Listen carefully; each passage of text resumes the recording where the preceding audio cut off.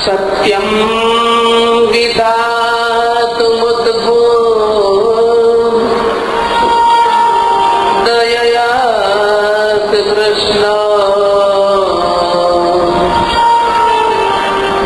धर्मस्य पद्मनि पुनस्तमं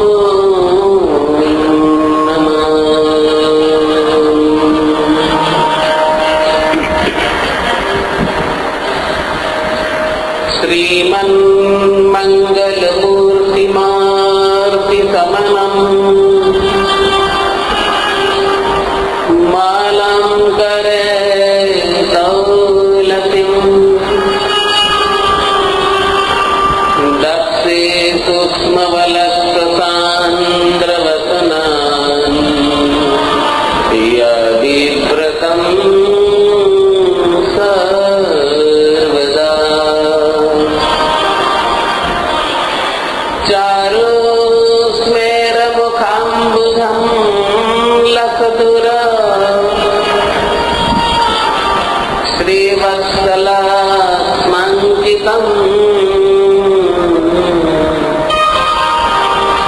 ध्याये भूषणभूषणाङ्गमनितं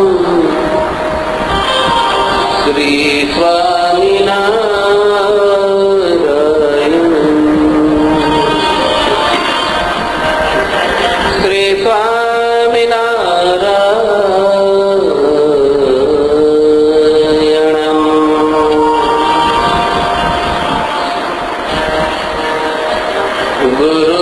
गुरुर्ब्रह्मा गुरुर्विष्णु गुरुर्देवो महेश्वर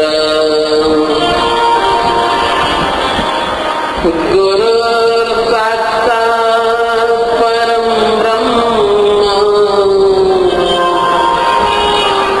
तस्मै श्री गुरवे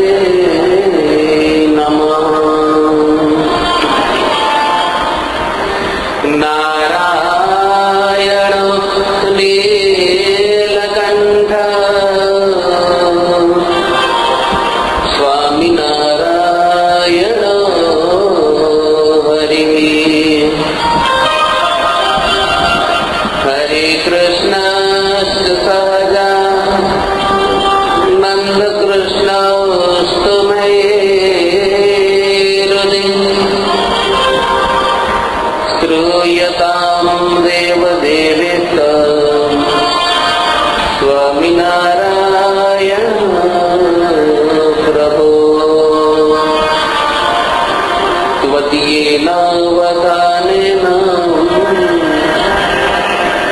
कथयिष्ये सुभागता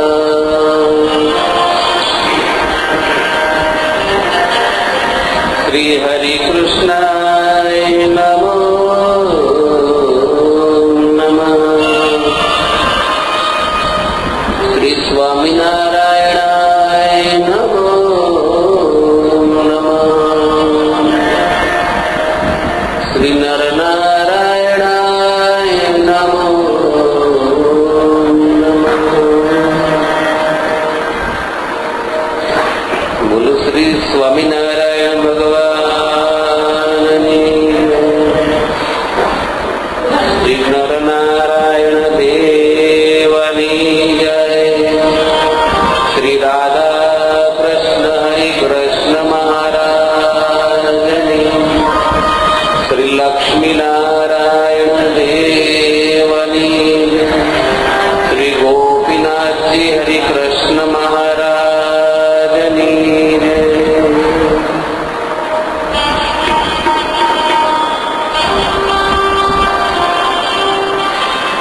મંગળમૂર્તિ મહાપ્રભુ શ્રી સહજાનંદ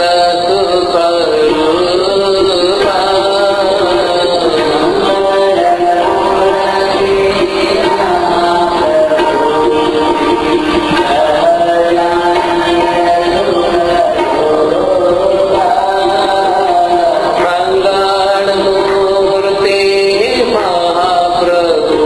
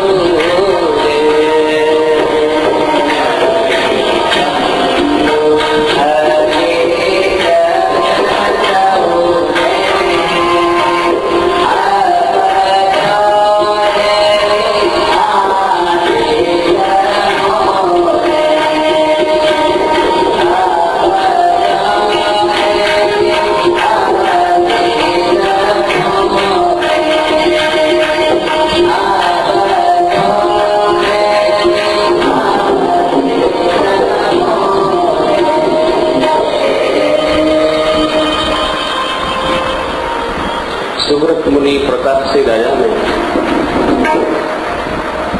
સત્સંગી જીવન પંચા જ્ઞાની યજ્ઞની કથા સંભળાવતો કહે છે કે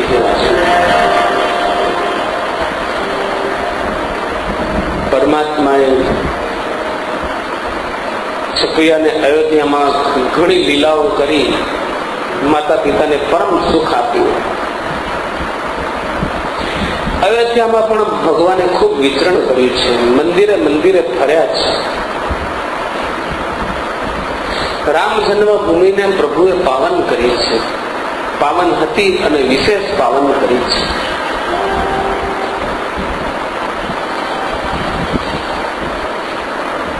અયોધ્યામાં પણ એમના મિત્રો થયા છે. ઘનશ્યામ પ્રભુને ઘેર લઈ જવા લાગ્યા, કાને કઈ જમાડતા હતા, ખૂબ વાતો કરતા હતા, ખૂબ રમતા હતા, સરયુમાં નાવા જતા હતા,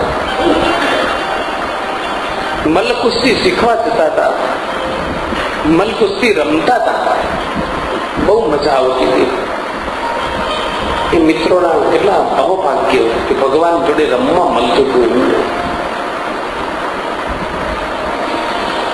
એક દિવસ મિત્રો કહે છે કે ઘનશ્યામ કે અમે તો તમને ખવડાવ્યું, પણ તમે તો અમને કોઈ દિવસ ખવડાવતા નથી. તમે અમને કોઈ દિવસ કઈ પ્રસાદ પ્રસાદ આપો, કે અમે કોઈક દળ પાર્ટી આપો, તમને આનંદ આવે. घनश्याम कैसे हमारी पार्टी छोटी नहीं होगी, बहुत अच्छी होगी और बहुत बड़ी होगी. आपकी पार्टी में तो ठीक है, एक आध दो आइटम रहती है, पर हमारी आइटम में तो बहुत, हमारी पार्टी में तो बहुत आइटम रहेंगी, बहुत मजा आएगी.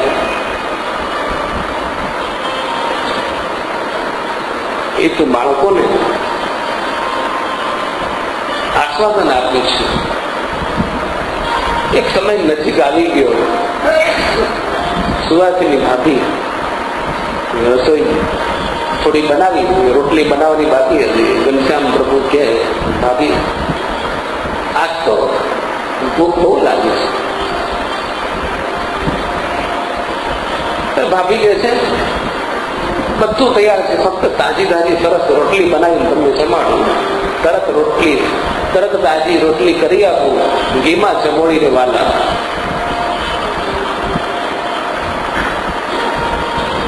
હમણાં થોડી જ વારમાં બનાવીને હમણાં આપું, 2 મિનિટ બેસો. અને ભાભી જલ્દી જલ્દી રસોડામાં ગયા.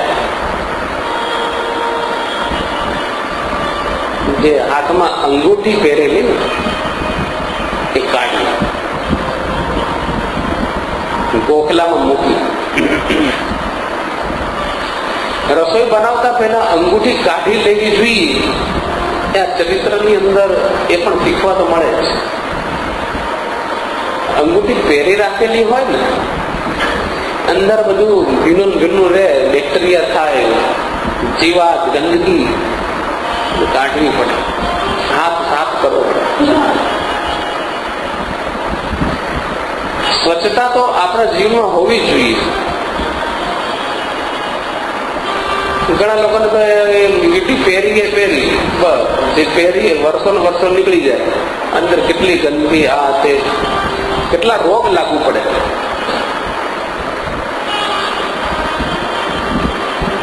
આરોગ્યનું આમાં બહુ ખ્યાલ રાખવો જોઈએ. આ ચરિત્રની પાછળ આરોગ્યનો પણ ઘણો સારો ઉપદેશ છે. આપણે તો બધું હોતી ચલતી, જેવું હોય એવું બધું ચાલે. આપણે તો પેલું ઘરમાં વીટી બીટી કાઢે નહીં અને રસોઈ એમને બનાવતા જાય, કોઈ કહેતા કોઈ છોછ નહીં. નાકે લૂસતા જાય અને પરસેવો લૂસતા જાય, એના હાથે પછી લોટ ગુંદવાનો, પરસેવો આ બધું લૂછવાનું. આવા બધા મસાલા તો આપણે બીજે તો મળે નહીં ને. માથું ખંજવાળતા જાય, નખમાં બધો મેલ આવતો જાય અને બધો લોટમાં બધો અંદર મિક્સ થતો જાય. અને લાંબા લાંબા સુરપણખા જેવા નખ હોય સુરપણખા લાંબા હતા. સુરપણખાઓ હોય ને બહુ લાંબા નખરા, એ લાંબા લાંબા 2 ઇંચના એવા નખ હોય ને, અંદર મેલ ભરાય, પછી લોટ બાંધે, પછી ભાઈ બાર વખાણ કરે. અમારા મિસિસ ની રસોઈ બહુ, ભાઈ આટલા લાંબા નખ હોય, પરસેવાનો અંદર પ્રસાદ પડતો હોય, અને છોકરાને બધું હરકું સાફ કરાવીને ખાલી પાણીથી છાંટો લીધો હોય, હાથ ધોયો ન હોય, ચોખ્ખાઈ રાખી ન હોય, પછી સારા જ હોય ને, રસોઈ સારી જ હોય ને.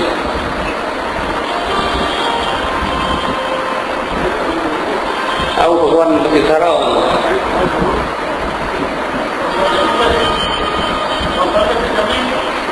ચાર આંખો છે તો ખબર ના પડે કે જમે છે કે જમતા. તમને તો 4 આંખો છે. ભગવાન તો હવે આપણે વિચારવાનું છે, જમે છે નથી જમતા. સ્વચ્છતા એ ગુરુ મંત્ર છે, પણ કેટલીક વાર સ્વચ્છતા વત્તા ભાવ 2 વસ્તુ હોવી જોઈએ. ઘણી વાર ભાવ હોય સબરીની જેમ, પણ સ્વચ્છતા ન હોય. ભગવાન નો જમી તો જાય, પણ ભગવાનને ભૌતિક પદાર્થ સાથે લેવા દેવા નથી. ભગવાનનું જમવું એ પણ એક લીલા છે. તમે ભગવાનને 500 ગ્રામ પ્રસાદ ધરાવો, જોખીમ તોલી બરાબર જમાડો, અને જમાડ્યા પછી તોલજો. ઓછું થાય ના થાય? એટલો ને એટલો પ્રસાદ અંદર હોય તો ભગવાન જમ્યા શું? અંદરનો જે ભાવ છે, સૂક્ષ્મ ભાવ, એ ભગવાન આરોગ્ય છે, વસ્તુનો ભાવ છે. તમે ફરીથી ટેસ્ટ કરજો બધા ભક્તો, તોલી જમાડવાનું. ભગવાન કે છે હા મારા ભોગ લાગ્યા કે મને તોલી ખવડાવવા માંડે, મારા ભોગ લાગે તોલી જમાડે છે ભક્તો. કથા બહુ સુંદર છે. અંગૂઠી કાઢી અને મૂકીશ. ચોખ્ખાઈ લંડનની એક હોટલમાં ગયા હતા. આપણે તો શું ચોખ્ખાઈ રાખતા હતા. એ હોટલની અંદર, હોટલ ત્યાંના બધાના એક જ હરખા જ કાયદા હોય છે, પણ આ હોટલમાં આગળ જેવા ગયા, ઠાકોરજીની પ્રતિમા મૂકેલી, આગળ થાળ મૂકેલો. લંડનની હોટલ, મહારાષ્ટ્ર જોડે ગયા હતા. અંદર ગયા, કોઈ પણ વસ્તુને ડાયરેક્ટ હાથ નહીં અડવાનું. સમોસું હોય કે રોટલી હોય એને પણ નહીં, ચીપિયા વડે લેવાનું. દાળ શાક માટે ચમચો. ખ્યાલ રાખો, આપણે ભારતીયો છીએ, ચોખ્ખાઈના પાઠ અહીં ભણાયા, સ્વચ્છતાની વાતો અહીંના શાસ્ત્રોમાં થઈ, અહીંના નીતિ શાસ્ત્રો સ્મૃતિ ગ્રંથો એ આપણને બધી આવી વાતો સમજાવે છે, અને પાલન ત્યાં થાય છે. અને એ હોટલની અંદર આ બધું ગ્રાહક આવે, આ બધી વસ્તુ ડાયરેક્ટ હાથ કોઈ અડાડે નહીં. કોઈ વસ્તુ મહિલા કર્મચારી મહિનામાં 3 રજા, તો વિચારો શું રહ્યું બાકી? ખ્યાલ આવી ગયો? મહિનામાં 3 રજા, કોઈ આપડ છેટ નહીં, કોઈ ગંદકી નહીં. આ હોટલની અંદર પણ કેટલું સુંદર, ઓનલી નોટ સ્વચ્છતા પણ પવિત્રતા. સ્વચ્છતા અને પવિત્રતા બે અલગ વસ્તુ છે. અહીંની હોટલોમાં સ્વચ્છતા તો આમ હોટલની ચળકતી ડીશો બધું હોય, પવિત્રતા હોતી નહીં. કારણ કે પગથી લોટ ગુંદવાનો હોય ને એટલે સારું લાગે બહુ. આની બધી કિટલીઓ હોય, રેસ્ટોરન્ટો હોય, એમાં એકાદું પેલો લારી હોય ને એકાદી ડોલ પડેલી હોય પાણીની, અને અમે તો ખાલી ચા પીએ છીએ, બીજું તો કઈ લેતા નથી, ખાલી હું ચા પીવું બહારની, એવું ઘણા કે. ચામાં બધું આવી ગયું. ચા જેવી દેવી હોટલમાં જઈને બેઠી, ચા જેવી દેવી હોટલમાં જઈને બેઠી, આખા મલકની એઠી અને તોય લાગે મેઠી. બહુ મીઠી લાગે.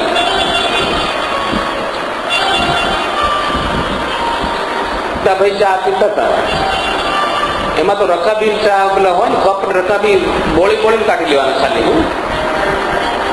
બોળી બોળી કાઢી મોટી. એમાં કેટલાય રોગ વાળા આવ્યા હોય, કોઈને રોગ થયો, તાવ આવ્યો, મેલેરિયા થયો, અલ્સર થયો, ટીબી થયેલો હોય, કેન્સર થયેલું હોય, એટલે બધા બેક્ટેરિયા એમાં જ ચોટવાના. હરકું સાફ કર્યું ન હોય, બોળી બોળીને કાઢી લેવાનું, બોળી બોળીને કાઢી લેવાનું બસ. અને આપણે ચુસ્કીઓ મારીએ. આપણે ખાલી ચા જ પીએ, એવું તો દાળ ભાત રોટલી નું કશું હોટલ નું ખાતો ને, ફક્ત ચા પીવું છું. તેમાં બધું આવી ગયું. એક જણને શરદી થઈ ગયેલી, તે નાકમાંથી લેટ નીકળી ગયેલી, પેલા રકાબી ચોટેલી. પેલા તો બોળી બોળી કાઢવાની વાત, એમાં ક્યાંથી સાફ થાય? તો ચા કાઢી કેટલીમાંથી ફટાફટ એક ભાઈને આલી, લ્યો પીઓ. અને એમાં પેલું તરતું હતું કઈક ચામાં. બોલાયો હોટલ વાળા, ભાઈ આ ચામાં શું કરે છે? આ ચામાં છે શું? આ કયું વસ્તુ નાખી છે તમે? પેલા બચાવ કરતા કહ્યું કે ભાઈ એ તો મલાઈ છે, મલાઈ. બોલો, આ તો મલાઈ ને જતું રહે. આવી મલાઈઓ ખાઈ ખાઈ બધા મોટા થાય. પણ પછી કે સારું બુદ્ધિનું ઠેકાણું કેમ રહેતું નથી?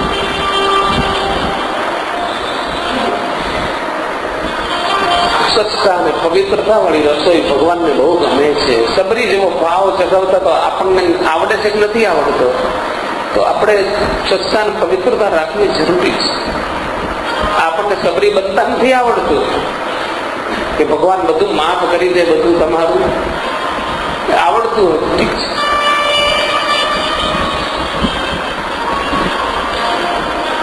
આજ તો ભાભીએ રસોઈ બનાવતા પહેલા વીંટી મૂકી, ભગવાને નોંધ લીધી.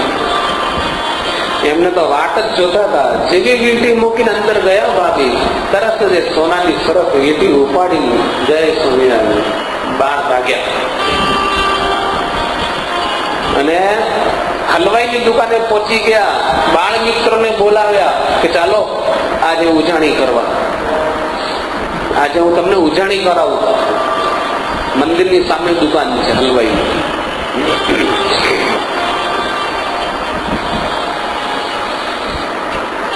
બધા મીઠાઈના પેલાને કંદોઈને આપી વીંટી. કંદોઈ ખુશ થઈ ગયો. હા, એમાં એક હીરો ચડેલો, કેટલો કિંમતી સોનાની વીંટી. કે આના બદલામાં મીઠાઈઓ આપો.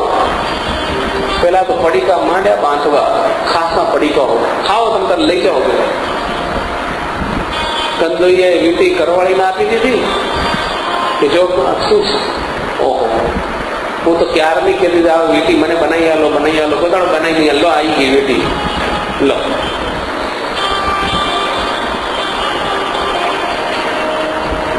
અને બાળ મિત્રોના હાથમાં પડીકા પકડાયા. ઓહો, મોતિયા ને પેડા ને બરફી ને સાટા ને ગેબર જલેબી. મોઢામાં પાણી તો આવતું નથી ને, કારણ કે અહીં છે નહીં અત્યારે. અન્નકૂટ છેલ્લા દિવસે છે એટલે હવે પડીકાઓ બનાવડાયા અને મિત્રોને પકડાયા. મિત્રો કે ચાલો ત્યારે પ્રસાદ લઈ લીધી. ભગવાન કે ના ના ના, અહીં ના લેવાય, એ તો કઈક જોઈ જાય. કારણ કે આ બધો પ્રસાદ અહીં જાહેરમાં ખવાય એવો નથી. કેમ આવ્યો છે તો મારું મન જાણે. એટલે સરયુ નદીની રેતીમાં બધા પહોંચી ગયા અને ત્યાં ભૂખથી લીલા કરી ગોળ કુંડાળું વળીને બેઠા. વચ્ચે ઘનશ્યામ પ્રભુ પડીકા ખોલી ખોલી બધાને જમાડે છે. મિત્રો ખૂબ આનંદથી જમે છે. એટલે બધો આનંદ આવ્યો છે અંગૂઠી લીલામાં. મિત્રોને જમવાનો કે બહુ દિવસે જમાડ્યા, પણ બહુ સારામાં સારું જમાડ્યું છે તમે. આવું તો કોઈ દિવસ ખાતું નથી. આ તો આખો અન્નકૂટ જમાડ્યો છે તમે. ભગવાન સ્વયં જમાડનારા હોય તો મિત્રોને કેટલો બધો આનંદ આવી જાય. અને બધા તો શાંતિથી આનંદથી જમતા હતા, પણ ઘનશ્યામ વારે વારે જોયા કરતા હતા ગામ સામે. ગામ સામે જોયા કરતા, રખેન કોઈ આવશે તો હમણાં આવ્યું કે આવ્યું કે આવશે, આવ્યું કે આવશે. સતત નજર એ બાજુ કે શું જોવો છો, કાંઈ નહીં. એટલામાં રામ પ્રતાપભાઈ લાકડી લઈને દૂરથી આવતા હતા. મારે આ તો આવી ચડ્યા. એમ હતો એમ થયું. મિત્રો ફટાફટ પડીકા પાછો કહેવાય. કેમ કે મોટા ભાઈ આવે છે, તેમાં શું હતો? ખાય તો કોઈ નારાજ થઈ જવાનું? ના ના, પણ આ 2 નંબરનો માલ છે, નારાજ થાય ને. હમણાં ફટકાર થઈ ગયો તો બધા માંડ્યા પડીકા બાંધવા. ઘેર ખાઈ ચૂક્યો, બાકીનું ઘેર પતાવજો. મિત્રો બધા ભાગી ગયા. રામ પ્રતાપજી આયા, ચાલો ઘનશ્યામ ઘેર ચાલો ફટાફટ. કે કેમ ઘેર કઈ જલસો રાખ્યો છે, મહેમાન આયા? ના ના, કે ભાભીની વીટી ક્યાં ગઈ? એટલે મને ખબર જ નહીં. એ તો હું ક્યાં જાણતો જ નથી. કે ચાલો તો ઘેર ખબર પડશે. આ છોકરા શું કરતા હતા? ઘેરથી મીઠાઈ લાવ્યા હતા. મને કે આવજો ખાવા. હું તો કેવો ભેગો. મને કે આવજો. ક્યારના કે કરતા હતા, ઉજાણી રાખેલી. અને પછી તો ઘેર તો જબરજસ્ત કોર્ટ રચાઈ ગઈ. પોલીસ ગુનેગારને પકડી આવી. રામ પ્રતાપ પોલીસ અને ભક્તિ માતા જજ અને સુવાતીની ભાભી ફરિયાદી કોર્ટ ઉભી થઈ ગયા કે જુઓ મૈયા, કે ઘનશ્યામ મારી વીંટી ચોરી કીધો. ઘનશ્યામ મહારાજ કહે છે કે ના ના ના, અમે આ ધંધો તો કરતા જ નથી. અમે ક્યારે કોઈનું વીંટી લેતા જ નથી. અમે તો ફાળી જ નથી ગઈ. સાચું બોલો, વીંટી તમે જ લીધી છે. તમે વીંટી લીધી છે, મને બરાબર ખબર છે. ના ના, કે આ ભાભી જૂઠું બોલે છે. કે ભાભી તો પછી બહુ જબરા મેળા મારવા માંડી. દિયરજી ગુરન ફરજો, વાલમજી વરન કરજો, આપો મારી અંગૂઠડી. દિયરજી ગુરન ફરજો,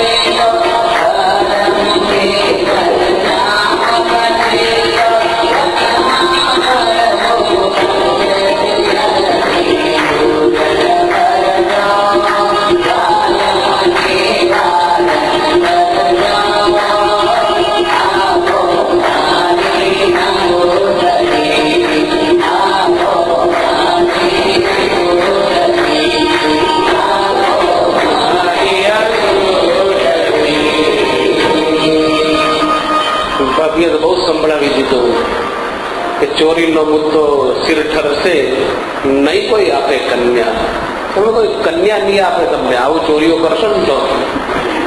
ઘણું બધું કહી દીધું. ઘનશ્યામ કે છે કે આ વખતે તો પહેલું જ નથી. રામાવતારમાં 1 હતી તો શાંતિ નહીં, અને કૃષ્ણ અવતારમાં 16,108 હતી તો અશાંતિ. એના કરતા આ વખતે કશું બબાલમાં પડવું જ નથી. અલગ નિરંજન.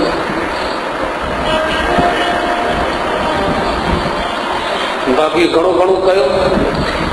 ઘનશ્યામ મહારાજે બધી વાતો કાઢી મૂકી અને કહે છે કે આ ભાભી જુઠ્ઠી છે, એને મારી ઈર્ષા આવે છે, મારા પર આળ મૂકે છે.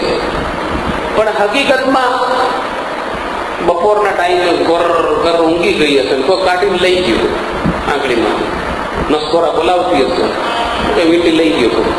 બોલો, મારા ઉપર આરોપ મૂકે છે. બાકી બા મને તો કાંઈ ખબર નથી, વીંટી વિશે કશું જાણતો નથી માં. એવું કાલું કાલું બોલવા લાગ્યા. હું કઈ જાણતો નથી, કઈ સમજતો નથી, મને વીંટીની કાંઈ ખબર નથી. ઘણી બધી દલીલો ચાલી, કોર્ટ બહુ લાંબી ચાલી. છઠે સુવાસીની ભાભીએ પુરાવા સાથે એક વસ્તુ રજૂ કરી. ઘનશ્યામ, ચાલો બધી વાત તમારી સાચી કે હમણાં છોકરા અહીંથી બધા પડીકા લઈને જતા હતા, પણ મેં કીધું શું છે આ બધું? તો ઘનશ્યામ ભૈયાને ખીલાઈ ગયા. આ મીઠાઈ ક્યાંથી લાયા? ઘનશ્યામ ભૈયા ખીલાઈ. તો ઘનશ્યામ ભૈયા આટલી બધી મીઠાઈ બધા બાળકોને કેવી રીતે ખવડાવી? કહો, ક્યાંથી લાયા? એટલે મને ચોક્કસ શક જાય છે એને કઈ ફેક્ટરી નથી છપૈયામાં, જીઆઈડીસી નથી, એમને આ બધો માલ લાયા બધો. ઘનશ્યામ મહારાજ હવે કોઈ જવાબ નતો અને જમીન પકડ્યા સિવાય પકડાઈ ગયા. ત્યારે માતાજી કહે છે, અરે ઘનશ્યામ, अपने घर में काय की कमी? તમે આવું નહીં કરવાનું. લોકો આપણું ખરાબ બોલે, કોઈ કન્યા આપે નહીં વગેરે વગેરે. માતા પિતા આવું જ કે ને. ભગવાન કહે છે કે એ બધી મૂકો બાબા. પછી બાબુ પાસમાં લઈ લીધા, ખોળામાં બેસાડ્યા, સરસ મજાની અંગૂઠી લીલા કરી ભગવાને માતા પિતાને પરમ આનંદ થયો છે, મિત્રોને પરમ સુખ આપ્યું છે. ભગવાનની દરેક લીલામાં કંઈક ને કંઈક પ્રેરણા અને ઉદ્દેશ છે. ભગવાન ધીરે ધીરે મોટા થયા છે. ફાગણ સુદ દસમનો દિવસ આવે છે અને ઉપનયન સંસ્કાર કરવામાં આવેલો છે. પવિત્ર ભૂદેવને બોલાવી ભગવાનનો જનોઈ સંસ્કાર કર્યો છે. મુંડન કરાવેલું છે, પલાસનો દંડ, મુંજની મેખલા એ ધારણ કરાવ્યું. ભગવાનનું કે વર્ણિત સ્વરૂપ 8 વર્ષની ઉંમરે જનોઈ જયારે આપવામાં આવે એટલે આપણું ભારતીય સંસ્કૃતિ જનોઈ સંસ્કાર 8 વર્ષથી લઈને 25 વર્ષ સુધી બ્રહ્મચર્ય આશ્રમ બ્રહ્મચર્યનું પાલન કરીને વિદ્યાભ્યાસ કરવાનો. 25 વર્ષ પછી ભણી લીધા પછી ગૃહસ્થાશ્રમ શરૂ થાય. પરમાત્માનું એ સુંદર મજાનું સ્વરૂપ એટલું તેજસ્વી હતું કે એનું દર્શન કરતા તૃપ્તિ ન થાય. વર્ણિવેશમમલં સદધાનો લબ્ધ સંસ્કૃતિ કાંતિ તત્ર વિપ્રવર મંડલ મધ્યે બ્રહ્મચર્યમિવ મૂર્તમ રાજ. ભગવાનનું વર્ણિત સ્વરૂપ બહુ સુંદર, કાંતિ તેજ હતું. અને બ્રાહ્મણોના સમુદાયની વચ્ચે જાણે સાક્ષાત બ્રહ્મચર્ય ના બિરાજતું હોય, બ્રહ્મચર્યની મૂર્તિ બિરાજતી હોય એવા ભગવાન શોભતા હતા. અને ભગવાનનું એ સ્વરૂપનું વર્ણન અતિ સુંદર છે. મુંજ મેખલા કટિધરી લીના અરુહરી અંગે ધર્યો જીના. મુંજ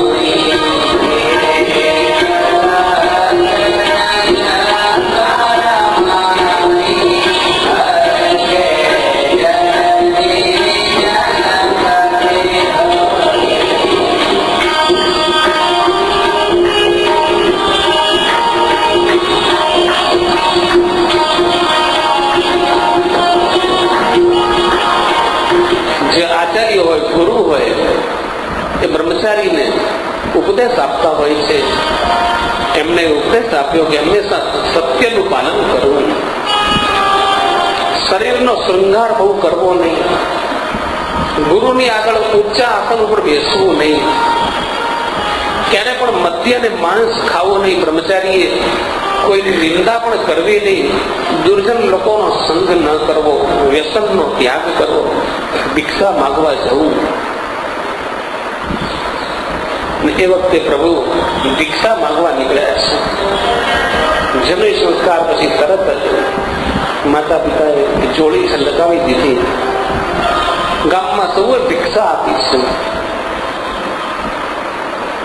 અને ભિક્ષા માંગતી વખતે, જનોઈ સંસ્કાર કરતી વખતે જયારે દોડવાનું હોય છે, પાછળ મામા પકડવા દોડે, એ જ વખતે ભગવાને સંકલ્પ કરી લીધો કે ઘર ત્યાગ કરીને જતા રહ્યું જંગલમાં, તમે હવે આવી ગયો છે.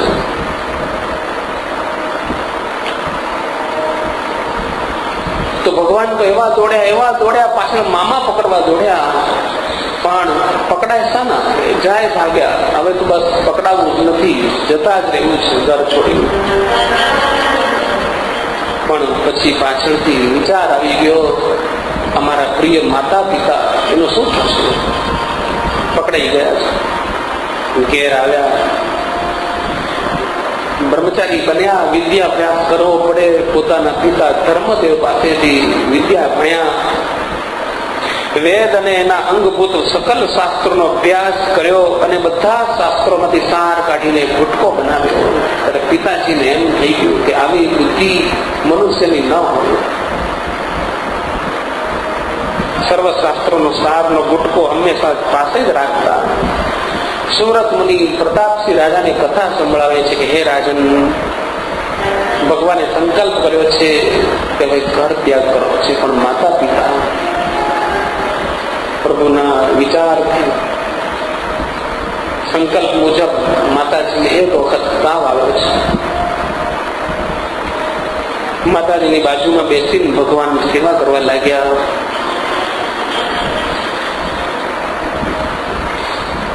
ભક્તિ માતાએ ભગવાનને મોક્ષનો ઉપાય પૂછ્યો છે કે હું જાણું છું તમે મારા દીકરા નથી, તમે તો સાક્ષાત પૂર્ણ પુરુષોત્તમ નારાયણ છો, પણ મને તમારો હંમેશા નિશ્ચય પાકો થાય અને તમારી અવિચળ ભક્તિ થાય એવી મારા પર કૃપા કરો. ભગવાને પોતાની માતાને હરિગીતાનો ઉપદેશ આપેલો છે અને કહ્યું કે ભગવાનનો જે પાકો નિશ્ચય, એમાં પાયાની વસ્તુ છે સંત સમાગમ. સંત સમાગમ વગર ભગવાનનો નિશ્ચય પાકો થતો નથી, નહીતર નિશ્ચય તૂટી જાય. એક સાધુ કોઈ ભગતને કંઠી બાંધી તો મને કંઠી બાંધો તો કંઠી પહેરાઈ લે તારે. આ બાજુ કંઠી પહેરાઈ ઘેર ગયા તો ભેંસ મરી ગયેલી. ઘેર ગયા ઘરવાળા કે આવું ગાળીઓ ક્યાં નાખી આવ્યા કે કંઠી બાંધીને આપણી ભેંસ મરી ગઈ, બે જતી, બે માંથી એક ભેંસ મરી.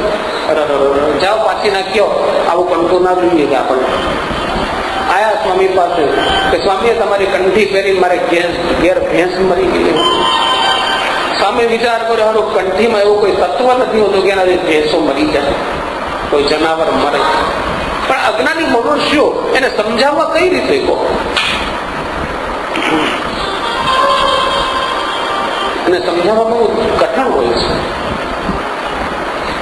સ્વામી વિચાર કરો, બુદ્ધિથી કામ લેવું પડશે અને કીધું કે જો ભગત અમારી કંઠી એવી હોય, પહેરો ને તો એક ભેંસ મરે ને કાઢી નાખો તો બીજી મરી જાય, તો બાપા રહેવા દો. ઘેર આયા, ઘરવાળાએ કીધું કંઠી કાઢ્યા? ના, સાધુએ તો ગાયની ગાળીઓ ગાલી દીધો કે કાઢો તો બીજી મરે. ઘરવાળા કે હાચવજો, એટલે નાવા બેસે ને એટલે હાચવજો, તૂટી ના જાય, બીજી ભેંસ મરી જશે. બોલો, આજ્ઞાની લોકોને ભગવાનનો આ રીતે નિશ્ચય નથી થતો. એની વાતે નિશ્ચય તૂટી જાય કે ભગવાન થયા, ભગવાન છે બધા ધરતીકંપમાં આટલા મરી કેમ ગયા, ભગવાન છે તો બધાની અસમાનતા કેમ રાખે, કોઈ દુઃખી કોઈ સુખી, ભગવાન છે મને રોગ કેમ આવ્યો, ભગવાન મંદિરમાં રોજ જઉં છું મારો છોકરો કેમ મરી ગયો. કે ભગવાન તારા છોકરાની વાય વાય ફરે? કર્મફળ મુજબ બધાને જીવવાનું, રહેવાનું છે. ભગવાનનો નિશ્ચય જે છે એમાં સંત સમાગમ એ પાયાની વસ્તુ. પ્રભુએ પોતાની માતાને ધર્મ, જ્ઞાન, વૈરાગ્ય અને ભક્તિ ના લક્ષણો સમજાવીને વિસ્તારથી કથા કહી છે. સંત પુરુષના લક્ષણો સમજાયા છે. કેવા સંતો જે મોક્ષનો માર્ગ ખુલ્લો કરી દે છે. સંત પુરુષના લક્ષણ કયા છે? કેવા સંતો કે જે દયાળુ હોય, સહનશીલ હોય, સૌના મિત્ર હોય, જે નિર્માની હોય, કામ, ક્રોધ, લોભના વેગ જેમને જીતેલા હોય, ભગવાનનું ધ્યાન કરતા હોય, ઈશ્વરની ભક્તિ પરાયણ હોય, આવા ભગવાનના જે સંત પુરુષો એમનો સમાગમ કરી લીધો હોય તો બેડો પાર થઈ જાય. એમાં દ્રષ્ટા પૃષ્ટા નતાવા શ્રુત પરિચરણા ભોજિતા પૂજિતાવા સત્ય પંસામ ગૌગમ બહુજનિ જનિતમ જ્ઞાન્તિયે વૈ સમૂલમ પ્રોક્તા કૃષ્ણેન એવા નિજ હૃદય સમા યત પદે તીર્થ જાતમ. હિમા એવા સંત પવિત્ર કે જેના દ્રષ્ટા એકવાર દર્શન કર્યા હોય, કે આવા સંતનો એકવાર ખાલી સ્પર્શ કર્યો હોય, ચરણ સ્પર્શ, નતાવા એને નમસ્કાર ખાલી કર્યા હોય, કૃત પરિક્રમા એમને ચરણ સેવા કરેલી હોય, એમને જમાડ્યા હોય, પૂજિતા પૂજિતા એનું પૂજા કરી હોય, તો તરત બધા જ પાપથી છૂટીને ભગવાન અને બધા પાપનો નાશ કરીને એ જીવ ભગવાનના ચરણને પામે છે. કારણ કે આવા સંત પુરુષો સાક્ષાત તીર્થ સ્વરૂપ હોય છે, જેના હૃદયની અંદર ભગવાન બિરાજતા હોય છે. ભક્તિ માતાને સુંદર ઉપદેશ ભગવાને કર્યો. માતાજીને છેલ્લે ધ્યાન કરતા સમાધિ થઈ ગઈ અને ભગવાનની સ્તુતિ કરી કે મને સદાય તમારો અંદર નિશ્ચય થાય, સદાય તમારું આ સ્વરૂપ મારા હૃદયમાં રહે એવી કૃપા તમે કરો. મહારાજ મેરી સહાયતા કરી પુત્ર રૂપ પ્રગટ ભઈ.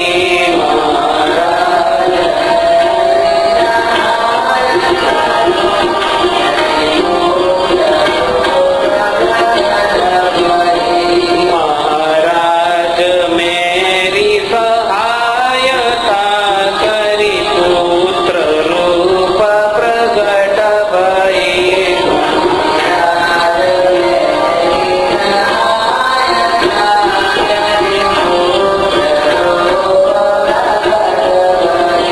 ભૂલી દીની ધીરજ હમહિ કુદીન કંતુ નિજ દર્શન દાયે.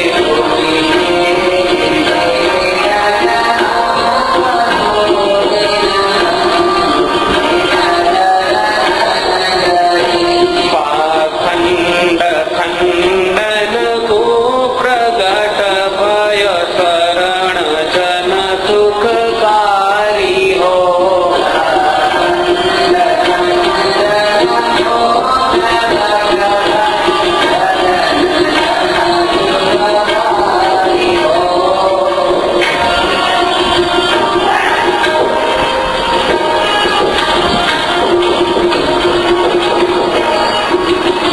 માતાજીએ ભગવાનની સ્તુતિ કરી અને એક દિવસ ભગવાનનું સ્મરણ કરતા કરતા સંવત 1848 કારતક સુદ દસમના ભક્તિ માતાએ દેહ છોડ્યો અને કેટલાક મહિના પછી ધર્મદેવના શરીરમાં પણ તાવ આવી ગયો છે.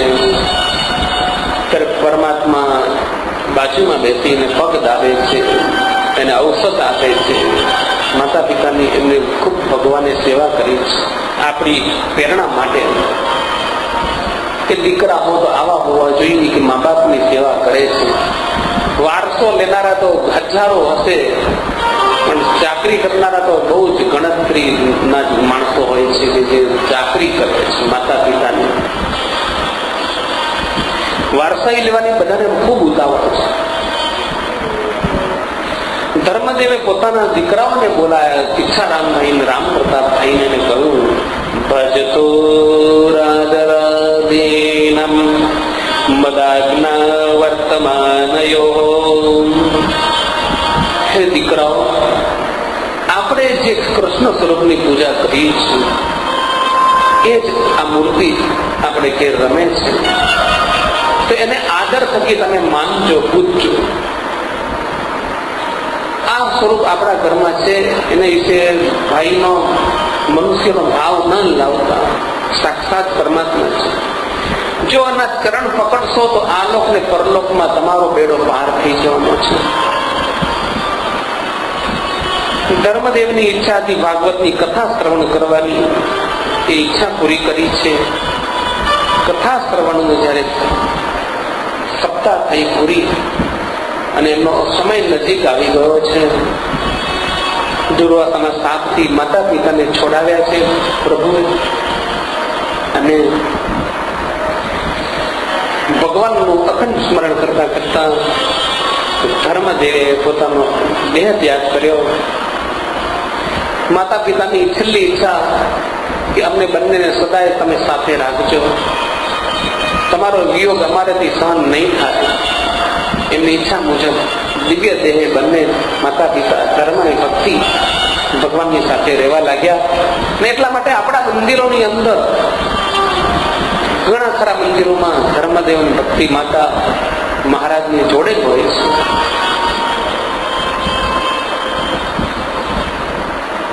માતા અને પિતાને દિવ્ય ગતિ આપી હવે ભાઈઓ બધા એકલા થઈ ગયા. ભગવાને વિચાર કર્યો કે હવે અમારે જે કામ કરવાનું છે, અનંતનું કલ્યાણ કરવાનું છે, અમારે વિચરણ કરવાનું છે, એકાંતિક ધર્મની સ્થાપના કરવાની છે, તો એના માટે ગ્રહ ત્યાગ કરવો જ પડશે. હવે અમારો સમય આવી ગયો છે. અને ભગવાને એક દિવસ બધી તૈયારી યાત્રાની કરી લીધી. અને આ જે યાત્રા છે એ લાંબી યાત્રા છે. એ યાત્રાની તૈયારી રૂપે ભગવાને બહુ કપડાની જોડીઓ લઈ લીધી હોય, કે કાંસકો અને તેલ ને બધું લઈ લીધું હોય, મોજ શોખના સાધનો બધા ભેગા કર્યા હોય, એવું કઈ નહીં. સુખડી બનાવીને લઈ લીધી, ઢેબરા બનાવી લીધા. નાના બાપા મહારાજે એ યાત્રા માટે એવું કશું જ લીધું નથી કે રોકડા રૂપિયા થોડા લઈ લીધા.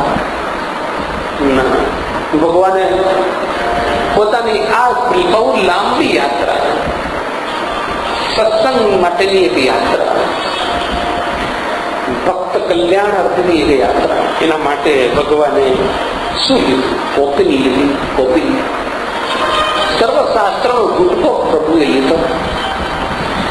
પાણી ગાળવાનું ભરણું લીધું, પૂજા લીધી, કમંડળું લીધું અને માળા, આટલી વસ્તુ ભગવાને સાથે લીધી. સંવત 1849 અષાઢ સુદ દસમ શુક્રવાર વહેલી સવારે 4 વાગે જમણો પગ પેલો ઉંબરાની બહાર મૂક્યો. છેલ્લે એક દ્રષ્ટિ ભાઈ ને ભાભી તરફ કરી લીધી. બસ જાગી તો નથી ગયા ને. સરયુ નદીને કિનારે આવીને પ્રભુ ઉભા રહ્યા કે કોઈ હોડિયા વાળો જો આવે તો નદી પાર કરીએ, પણ કોઈ અસુર પાછળથી આવીને ભગવાનને ધક્કો મારીને જતો રહ્યો. કે આપણો શત્રુ નદીમાં પડ્યો, ભગવાનનું શરીર તણાવા લાગ્યો, પણ ભગવાન તો સામા કાંઠે નીકળી ગયા અને ત્યાંથી ચાલતા ચાલતા હિમાલય તરફ જવાની ઈચ્છા છે. પુલાક્રમમાં જઈને તપ કરવાની પ્રભુની ખાસ ઈચ્છા છે. તપ કરવે ઈચ્છાધારી પુલહાશ્રમ પ્રતિ ચલે મુરારી.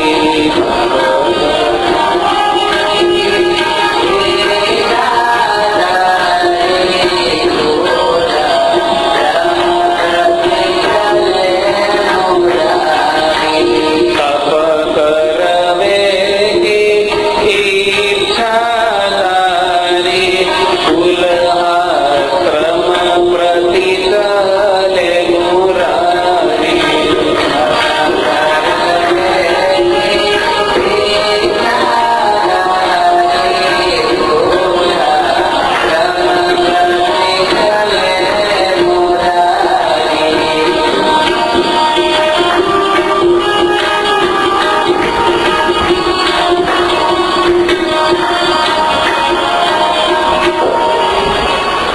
કુલાશ્રમ જવા માટે ભગવાન ચાલી નીકળ્યા છે.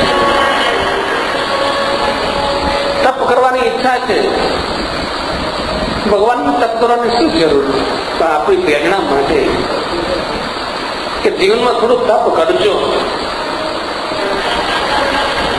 હિમાલય પ્રત્યે ચાલ્યા જાય છે એકાકી, કોઈ સાથે સંગાતી લીધો નથી. આવા કામમાં કોઈ સંગાતી જોઈએ જ નહીં. ભગવાન કુલાશ્રમ તરફ ચાલ્યા અને આ બાજુ પાછળ સવારે જાગ્યા, બધા નાઈ ધોઈને પરવાર્યા, ભાઈ ભાભી. પણ જોયું કે નિત્ય નિયમ મુજબ ઘનશ્યામ મહારાજ દરરોજ નાઈ ધોઈ બપોરે દર્શન કરીને ઘેર પાછા આવતા. આજે બપોર થઈ ગઈ પણ હજુ ઘનશ્યામ પાછા નથી આવ્યા. 12 વાગી ગયા, 12:30 ગયા, 1 વાગે, 2 વાગ્યા, ઘનશ્યામ મહારાજ આવ્યા નથી. ભાઈ અને ભાભી વાતો કરવા લાગ્યા, આજે ઘનશ્યામ કેમ નથી દેખાતા? દરરોજ આવી જાય છે, એનો નિયમ પાકો, અચૂક સમયસર આવે છે.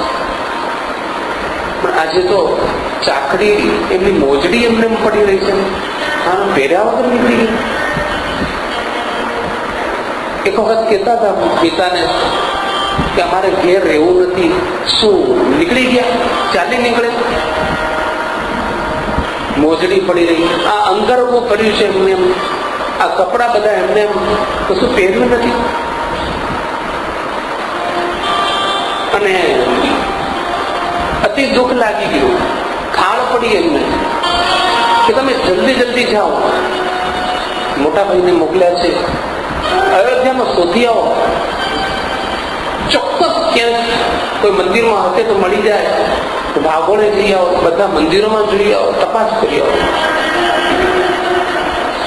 અને મોટા ભાઈ જ્યાં જ્યાં ઘનશ્યામ મહારાજ દર્શન કરવા જતા બધા મંદિરોમાં ખૂબ ફર્યા. કલાકો સુધી આખી અયોધ્યા નગરી ખુલ્લી વળ્યા, પણ ક્યાંય કહેતા કે ઘનશ્યામનો પતો નથી લાગ્યો. મિત્રોને પૂછ્યું, જાણકાર લોકોને પૂછ્યું, ઘનશ્યામને જોયા? તમે ઘનશ્યામને ભાળ્યા?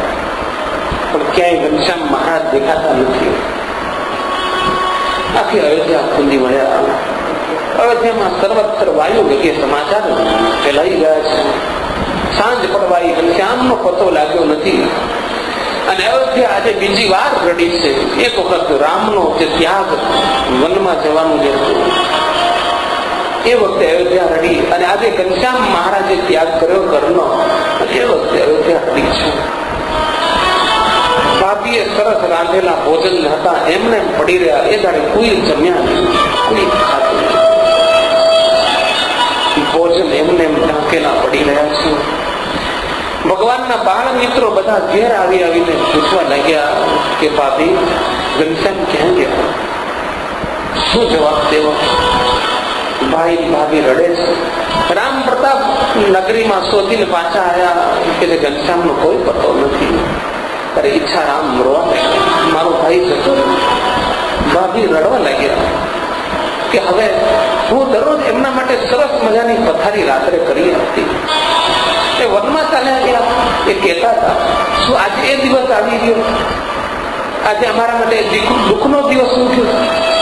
તો જંગલની અંદર એમને પથારી કોણ કરી આપશે? એમને કોણ જમાડશે? હું દરરોજ જમાડતી. હું દરરોજ એમને પ્રેમથી ભોજન મનગમતા જમાડતી હતી, હાથ ફેરવતી. આવા ઘનશ્યામ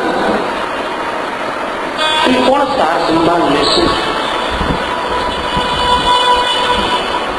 અને ભાઈ ને ભાભી દૃશ્ય રોવા લાગ્યા.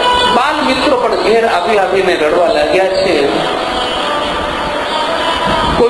એ દિવસે કોઈને જમવાનું ભાવ્યું નથી.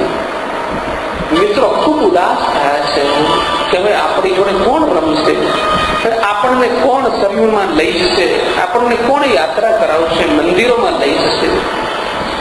આનંદ કિલ્લોલ કરશે? ભાભીને તો અતિ દુઃખ થાય છે કે મને આવો સરસ ઘનશ્યામની સેવાનો લાવો ભગવાને આપ્યો છે, હવે એ સેવા મને નહીં મળે. હવે આ મૂર્તિના હું ફરીથી ક્યારે દર્શન કરીશ? અરે રે, મારું ભાગ્ય જ એવું ફૂટલું કે પ્રભુ ઘેરથી ચાલ્યા ગયા, એ ચરણ સેવાનો લાભ મને નહીં મળે. કેટલી નાનકડી નાજુક ઉંમર, 11 વર્ષની ઉંમર, માત્ર આટલી નાની ઉંમરમાં ઘર છોડીને પ્રભુ ચાલી નીકળ્યા. ખરેખર જે ઉંમરમાં રમવાની ઉંમર, વિદ્યાભ્યાસ કરવાની ઉંમર, એ ઉંમરે એમને ઘર ત્યાગ કર્યો. ખરેખર ખૂબ લાગી આવ્યું છે. બધા ખૂબ રડે છે, આખી નગરી રડે છે. સંતોએ બહુ સરસ વાત કરી છે. ભગવાનનો એ ગ્રહ ત્યાગ સંતોએ પોતાના કીર્તનની અંદર વણી લીધો કે આવી નાની ઉંમરની અંદર ભગવાન દરબાર છોડીને ચાલી નીકળ્યા તો સંતો કે કોઈને પણ સુખ નથી આવ્યું. બધા ખૂબ રડ્યા છે. કવિઓ કીર્તનની અંદર પોકારી ઉઠ્યા, છોટી ઉંમર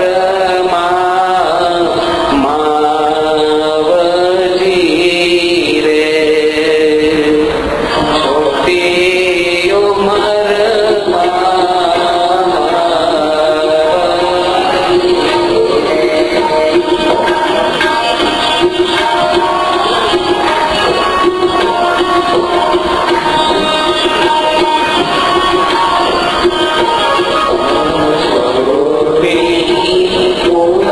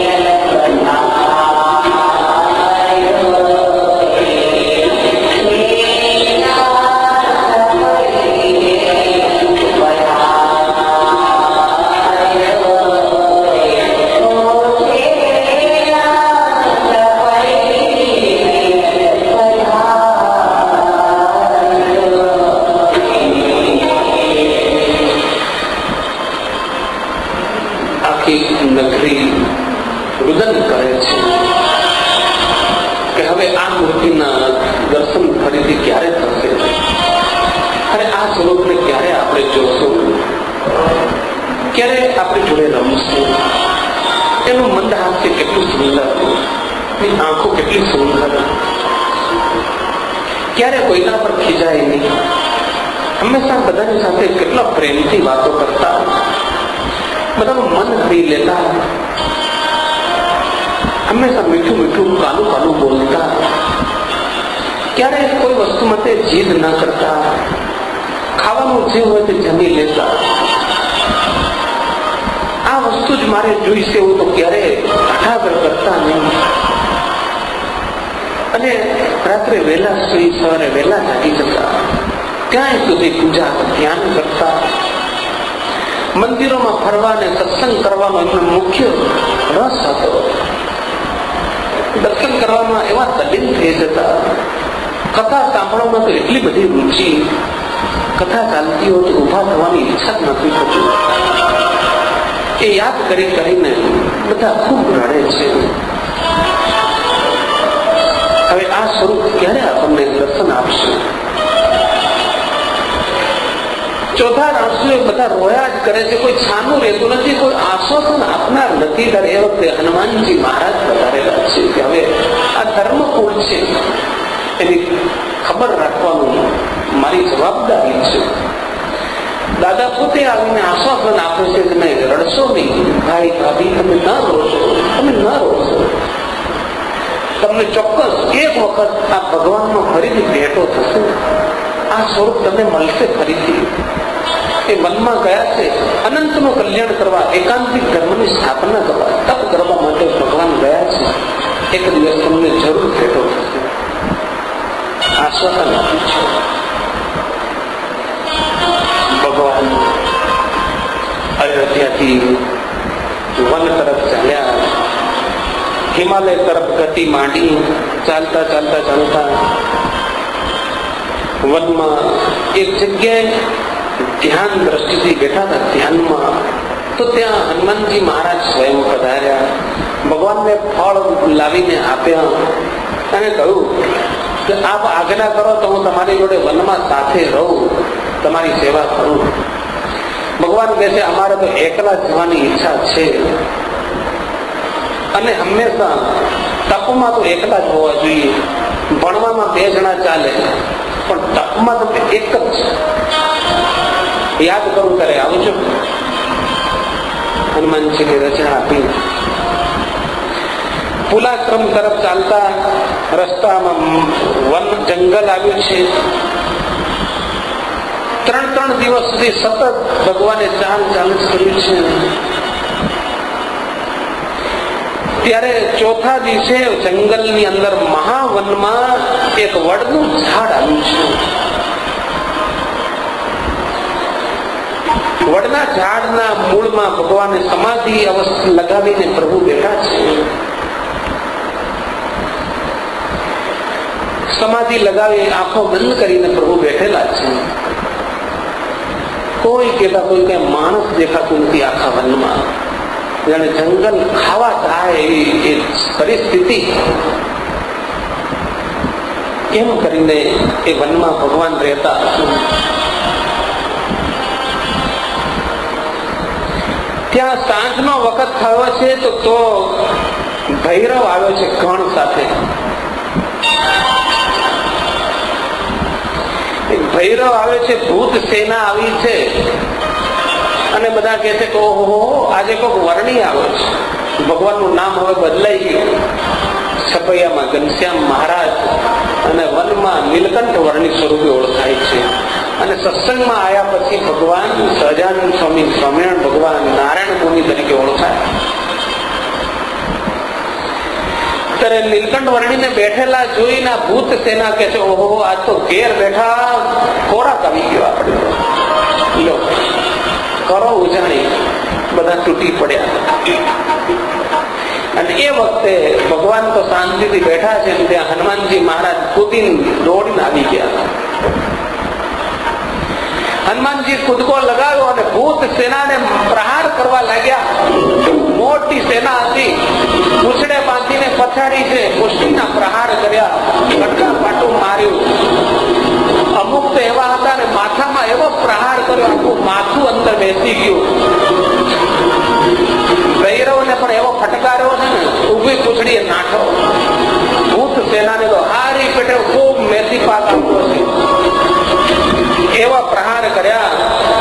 તે ભૂત સેના તો ઉભી પૂછડીએ નાખી કે ભાગો ભાગો, વાંદરો તો આપણને મારી નાખશે. આ તો બહુ ગુંડો, આ તો બહુ તાકાતવાન, આ તો વીર છે. અને બધા જે ભાગ્યા પાછું વાળીને જોયું નથી. આપણને એમ કે આ દુબળા પાતળા વર્ણીને આપણે ખાઈ જઈએ, પણ નહીં ચાલતું. અહીંયા આગળ કોઈનું ચાલે નહીં. હનુમાનજી સેવામાં ઉભા થઈ ગયા અને બધાને ભગાડી મૂક્યા. બધા ભાગી ગયા. કૌપદ સે કિયો પ્રહાર પુનિ કૌલાંગુલ સે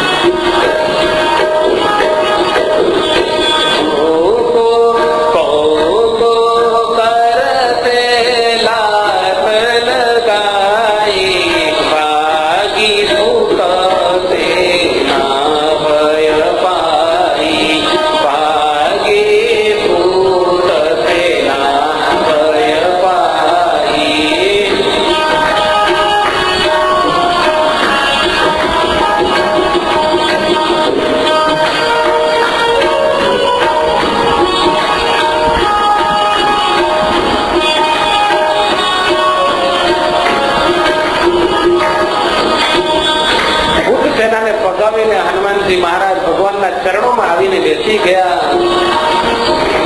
ભગવાને એમ નથી કહ્યું આ બહુ સરસ કામ કર્યું, વખાણ નથી કર્યા, કઈ બોલ્યા જ નહીં, મૌન રાખે. જે બોલે તો પછી દોષ આપણને લાગે ને. મહારાજ કઈ બોલ્યા જ નહીં, મૌન રાખી લીધું છે. ફળ ફ્રૂટ લાવીને ભગવાનના ચરણોમાં મૂક્યું હનુમાનજી. હનુમાનજી એમ નથી કેતા જોયું હું હતો તો તમારી આ રક્ષા થઈ, નહીતર તો તમારું શું થાત? અભિમાન આવી જાય ને. પેલા ગરુડજી ભગવાન રામને સર્પના પાસથી નાગદંડથી છોડાયા, પછી મનમાં અભિમાન આવી ગયું, હું ના હોત તો અમને કોણ છોડાવે? અભિમાન આવી ગયું. જેનું કામ કરે માણસને અભિમાન આવી જાય છે. ભૂત સેના નકારી ભગવાને હનુમાનજી રજા આપી અને પ્રભુ રાત્રે સુઈ ગયા. દંડલોકના ગાદલા ને એસી રૂમ હશે, પલંગ સરસ મજાનો, હે કેટલું સરસ. ભગવાન પોટ્યા હશે એવી રીતે. ના ના કાંઈ નહીં, થોડા કાંટા કાકડા હતા ને થોડા ખસેડી અને બધું થોડું ઘણું કરી અને પાછું એ ધૂળમાં નીચે નહીં જવાનું, કશું નહીં. એટલે આ અનંતનો નાથ સોનાના સિંહાસનના બિરાજવા વાળો ભગવાન આવી રીતે પોઢી ગયા. અને ભગવાન પોડતા ત્યારે આધારણ સ્વામી વર્ણન કર્યું છે. આહા, એક કમળ પર શિર ધરે ઉભય કમલ સકુચાય, એક કમલ પર શિર ધરે ઉભય કમલ સકુચાય, એક કમલ સતી સે દુરે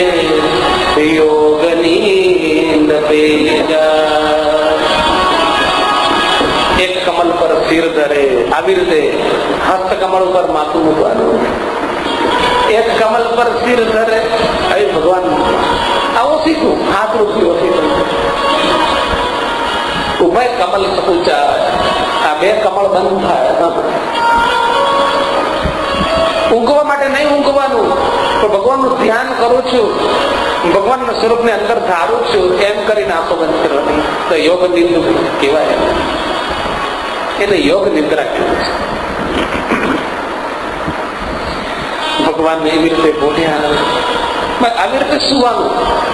ઘણા માણસ શોખ હોય ને, યાત્રા કરવા જાય ને, ખાટલો ભેગો રહી જાય. ભાઈ મને એમને ઊંઘ નહીં આવતી ખાટલા વગર. ઊંઘ ખાટલામાં કાંઈ ઊંઘ. ઘણા એવા હોય, ઘણા પોતાનો બિસ્તરો લઈને જાય ઊંઘવા. ઘણા મંદિર જાય, સ્વામી એસી રૂમ હોય તો આપજો આપણને. સ્વામી કે 80 એ નથી, 90 એ નથી. બાથરૂમ વાળી એટેચ હોય તો આપજો. લાવું બુકિંગ કરાવી દે. બોલો સગવડ જોઈએ. હા, સગવડિયા ફક્ત થઈ ગયા.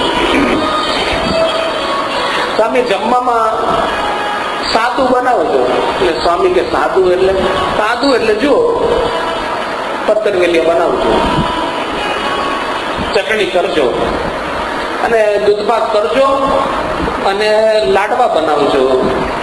સ્વામી પાપડ હોય તો શેકજો, અને દાળ ભાત તો હોય જ સ્વામી, સામાન્ય કહેવાય.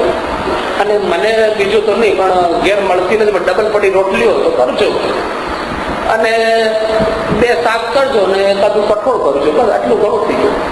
સ્વામી આ તમારું સાદું, તો ભવ્ય ભોજન તમારું કેવું હશે? સાદું કરજો. મહારાજ ભગવાન તપસ્યા કરે, જે મળે તે પાંદડા મળ્યા, ફળ ફૂલ મળ્યું, જે મળે ખાવાનું, ના મળે કઈ. એવું જીવન છે પ્રભુનું. અતિ તપ કર્યું છે. આગળ ચાલ્યા, રસ્તો ભૂલી ગયા હિમાલયમાં. સાક્ષાત હિમાલય પુરુષ સ્વરૂપે આવી હાથ જોડીને કે સેવા ફરમાવો. ભગવાન કહે છે અમારે પુલાશ્રમ જવું છે. કે આ ગુફામાં પાણી આવે છે ને, ગુફામાં સામા પ્રવાહ ચાલે છે. પુલાશ્રમ આવી ગયો.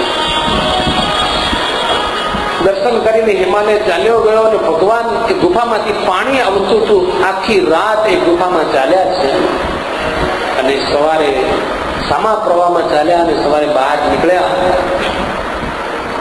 નાઈ ધોઈ પૂજા પાઠ કરી અને આગળ વધ્યા. અષ્ટસિદ્ધિઓ આવી છે. અષ્ટસિદ્ધિઓને પણ ગણકાર્યા વગર આગળ ચાલ્યા. તો ત્રીજા દિવસે ભગવાન ત્યાંથી પુલાશ્રમ પધારેલા છે. અતિ સુંદર મજાનો પુલાશ્રમ, કે બ્રહ્માના દીકરા પુલ ઋષિએ જ્યાં તપ કર્યું હતું, એમને સંસાર માંડવો નહોતો, એને તપ કરેલું, એનું નામ પુલાશ્રમ પડેલું. જ્યાં કોઈ ચક્ર નદી છે, જેનું નામ ગંડકી નદી, દામોદર કુંડમાંથી નદી નીકળે છે. પુલાશ્રમ થી 3 દિવસ ચાલો ત્યારે દામોદર કુંડ આવે છે. ત્યાં અમદાવાદના એક ભગત ચાલતા ગયા હતા. તુલસી લઈને જવાની, દામોદર કુંડમાં તુલસી નાખો એટલે તરત જ જીવતા શાલિગ્રામ બહાર આવે તુલસી લેવા.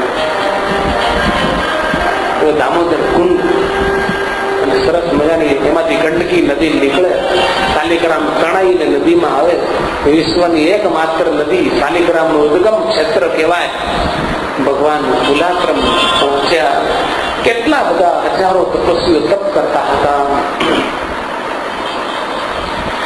ભગવાને ત્યાં તીવ્ર તપશ્ચર્યા શરૂ કરી. એક પગ ઉપર ઉભા રહી અને ભગવાન તપ કરવા લાગ્યા. શરીર સૂકવી નાખ્યું. એટલું તીવ્ર તપ ભગવાને કર્યું છે કે શરીરની અંદર માતાના લોહીનો ભાગ રહેવાના લીધો. મહારાજે વચનામૃતમાં કહ્યું, વાગે તો પાણીનું ટીપું નીકળે પણ લોહી ન નીકળે. એટલે બધું શરીર સૂકવી નાખ્યું. અને એ વખતે ધર્મ અને ભક્તિ બંને દિવ્ય રૂપે માતા પિતા ભગવાનની જોડે રહેતા હતા. કે રખે ને પ્રભુ પડી જાય તો હવાનો એક જોરદાર સપાટો આવે ને ક્યાં ભગવાન પડી જશે તો મારા દીકરા. એટલું શરીર સૂકવી નાખ્યું. 6 મહિના સુધી ભગવાને એવું તીવ્ર તપ કર્યું છે. એ તપની યાદમાં આજે પૂજાની અંદર આપણે તપની માળા કરી છે. ઉભા ઉભા સાક્ષાત સૂર્યનારાયણ પધારેલા છે અને કે છે કે પ્રભુ તમે આવું તપ કેમ કરો છો કે તમે મારા પર પ્રસન્ન થાઓ કે અને મને વરદાન આપો કે. સૂર્યનારાયણ હસવા લાગ્યા અને કે છે કે મારામાં જે પ્રકાશ છે તમારો જ છે અને તમે આવી મનુષ્ય લીલા કેમ કરો છો. ભગવાન કહે છે તમારે મને વરદાન આપવું પડશે કે મને બે વરદાન આપો કે અંતર શત્રુને જીતી શકું અને અજ્ઞાન રૂપી અંધકાર દૂર થાય. સૂર્યનારાયણ કહે છે તથાસ્તુ. સૂર્યનારાયણ દેવે ભગવાનની સ્તુતિ કરી કે પ્રભુ તમે મનુષ્ય લીલા કરીને મને ભરમાવશો નહીં, તમે તો સાક્ષાત પ્રભુ છો. અજહર અરુ અમરેશ આદિક હમ તુમારે દાસ હે.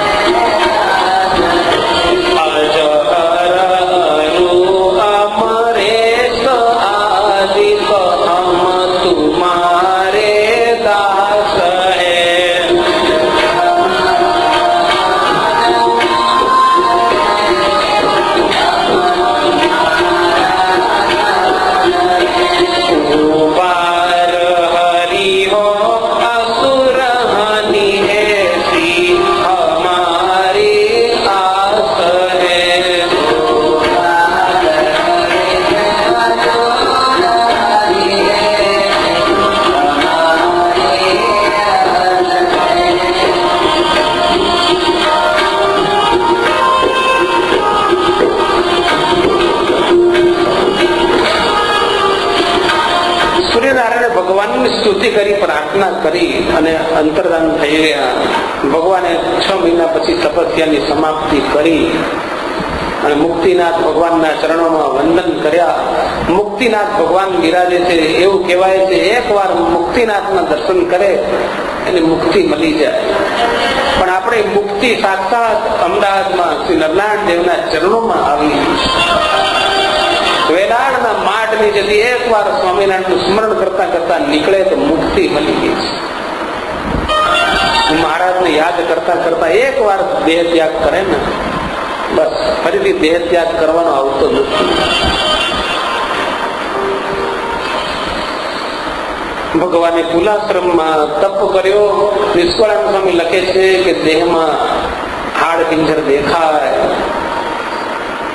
પાંખલીઓ ગણી લો, નાડીઓ બધી ખુલ્લી દેખાય, સાવ ચોટી ગયેલા ચામડી હાડકાને ચોટી ગયેલી. બોલો દેહમાં છે જેટલી નાડી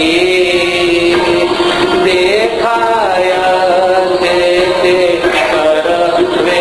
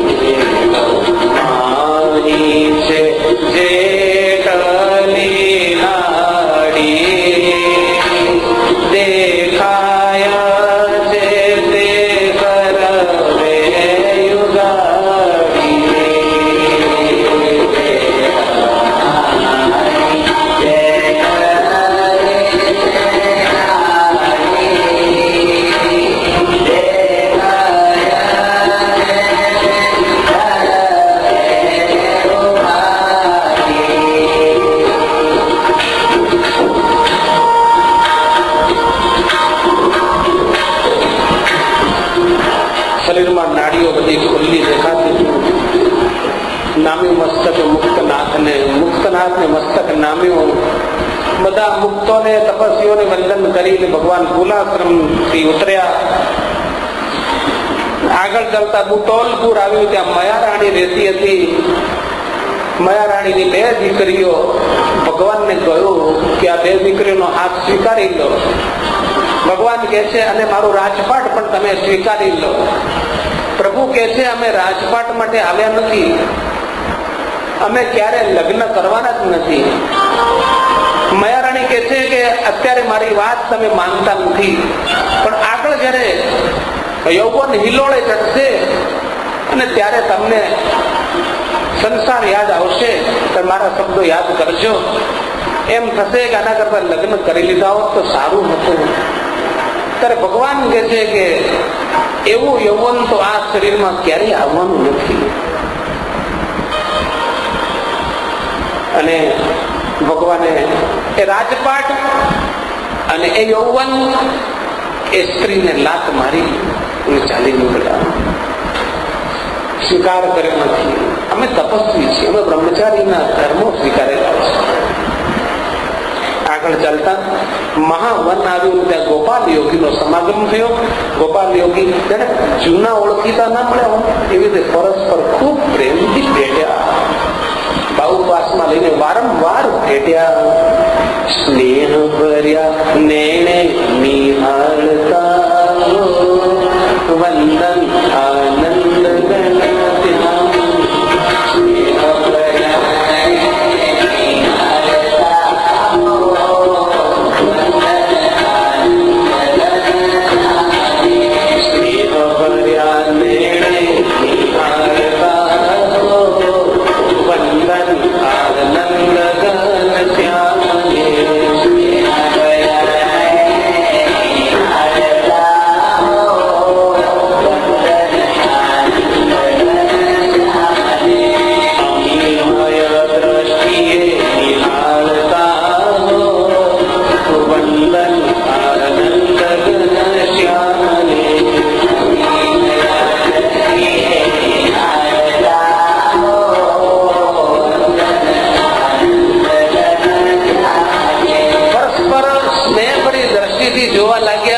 એકબીજાને સામું સામું જોઈ જ રહ્યા.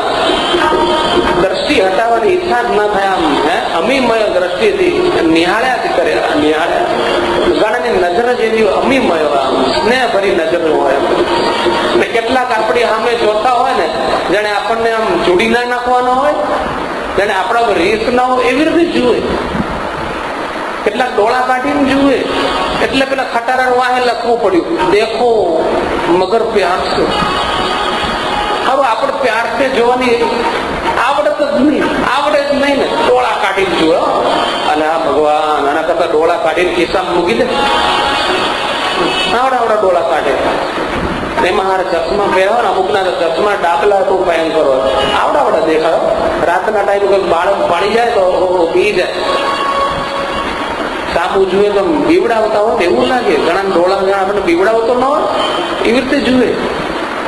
કોઈ ઈર્ષા પણ આંખમાં દેખાય, પ્રેમ આંખમાં દેખાય, કરુણા ભાવ આંખમાં દેખાય, બધું આંખમાં, ક્રોધ આંખમાં દેખાય. કેમ છોકરાની અમે ડોળા કાઢો નહીં, બી જતું નાનું છોકરું 1 વર્ષનું એ રોવા માંડે. એને ખબર પડે છે ભાઈ દેખો મગર પ્યાર છે, એ તરત કહી દે અને રોવા માંડે તરત જ. પણ બે ગોપાલ યોગી મહારાજ એવા બેઠ્યા, મજા આવી ગઈ, બહુ મજા આવી ગઈ. ગોપાલ યોગીની પાસે રહ્યા, યોગ શીખ્યા. અને ત્યાં આગળ કેટલાક ગોવાળીઓ આવ્યા ને કે છે અહીંયા વાઘનો ભય બહુ છે. અમારા ઘેટા બકરા ગાયોને વાઘ ફાડી થાય છે.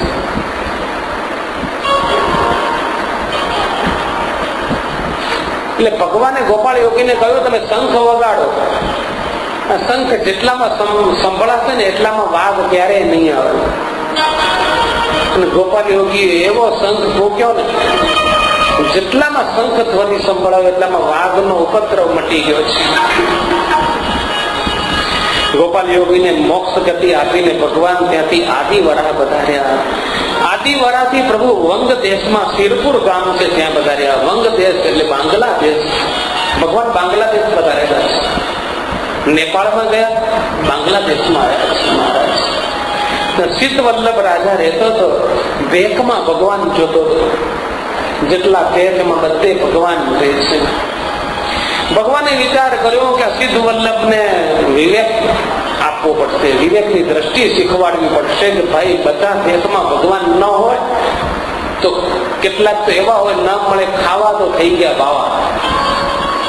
માટે કેટલાક છેતરવા માટે, કોઈ પાખંડ કરવા માટે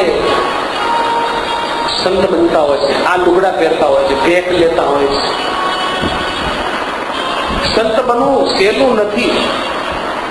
સંત બનવું એક લાંબી મંજિલ છે, નહીતર બાવા બની જવાય છે. સંતત્વ, સેન્ટલીહુડ ઇઝ નોટ દુર્લભ. એ બહુ સરળ વસ્તુ નથી. Not easy. It is very hard and tough. We have to commit penance. આપણે તપ કરવું પડે, ભગવાનને રાજી કરવા પડે. તપસ્યા વગર સિદ્ધિ મળતી નથી. અને સરળતા, તપસ્યા, ભક્તિ, ભગવાનનો નિશ્ચય. ભગવાને વિચાર કર્યો સિદ્ધ વલ્લભને સાચો દ્રષ્ટિકોણ બતાવવો પડશે, વિવેક બતાવવો પડશે કે સાચા સંત કેવા હોય. બધાને સીધું આપતો રાજા, રોજ બધાને પગે લાગતો. એક દિવસ ભગવાનની ઈચ્છાથી એવો વરસાદ પડ્યો, એટલો બધો, કેટલાય દિવસથી વરસાદ ચાલુ રહ્યો. ત્યારે બધા જ જે હતા દેશધારીઓ પોતપોતાના આસન લઈને ભાગી ગયા ને એટલા વરણી બેસી રહ્યા. 4 દાડા પછી વરસાદ ઠર્યો અને રાજા નીકળ્યો જોવા, તો બગીચામાં બધા જ સિદ્ધો જતા રહેલા અને એકલા ભગવાન કાદવમાં ગળા સુધી ખૂપી ગયેલા. એવો બધો પાણીનો વેગ આવેલો, કાદવ ભેગો, એમાં આટલા ખૂપેલા. બહાર કાઢી નવડાય, શરીર સાફ કર્યું. રાજાને એમ થયું એક જ સાચા છે, બાકી બધા જ ખોટા છે. રાજાએ ભગવાનનો આશ્રય કર્યો છે. અને રાજાએ ભગવાનની સેવામાં એક ગોપાલદાસ નામના સેવકને રાખેલો. તો આ લોકોએ ભગવાનને તો કઈ કરી ન શક્યા. ગોપાલદાસની ઉપર અડદ નાખ્યા ને પેલો મૂર્છિત થઈ ગયો. ગોપાલદાસને હજુ ભગવાનનો નિશ્ચય નહોતો, એટલે એને અડદની અસર થઈ ને બેભાન થઈ ગયો, મૂર્છિત. અહીંયા આગળ માણસા મંદિરની અમે વાત કાયમ કરીએ છીએ, બાજુ મંદિર છે. મંદિર નહીં પણ એ આપણા સ્વામિનારાયણ સંતો રાત્રે કથા વાર્તા રોજ કરતા. ચેષ્ટા ધૂન કોકને ગમ્યું નહીં, બાજુ વાળાને સમજી ગયા નહીં. મંતરેલા અડદ અહીં નાખીને જતા રહ્યા કે સાધુ અહીંથી બહાર જાય અને અડદ ઉપર પગ મૂકે, બસ કામ પૂરું, મરણ તુલ્ય થઈ જાય. ત્યારે ગરડા સાધુ એ અડદ લઈને દાળમાં નાખી ગયા ને ભગવાનને ધરાઈને દાળ પી ગયા. કઈ થયું નહીં. આવું રોજ કરતા હતા. કશું સાધુ ને આપણા સાધુ ન થયું. એના મેલા મંત્રો તંત્રો બધા હેઠા પડ્યા. એક ભગવાન સરોવરી એમની આગળ બધા જ મંત્રો ખોટા થઈ ગયા. ત્યારે પેલો બાજુ વાળો જે રોજ મંત્ર તંત્ર કરીને અડદ નાખતો તો આવ્યો અને કે સ્વામિનારાયણ સાધુ કાંઈ થતું નહીં. કે તમે અડદ કોઈ મૂકી જાય છે, હવે સવારમાં કોઈક માજી મૂકી જતા, ના માજી નહીં, હું મૂકી જઉં છું. તો તમે શું કરો છો? અમે નાખી દઈએ છીએ દાળમાં, કે રોજ ધરાઈને ભગવાનને જમી લઈએ. ઓહો, ડોળા ફાટી ગયા. કે તમારે પાસે કોઈ જોરદાર મંત્ર લાગે છે. કયો મંત્ર છે? મંત્ર તો ખાલી સ્વામિનારાયણ, બીજો કોઈ મંત્ર નહીં. એ જ વિદ્યા ને એ જ મંત્ર. બોલો, બાજુના મંદિર વાળા હવે તો સમજી ગયા.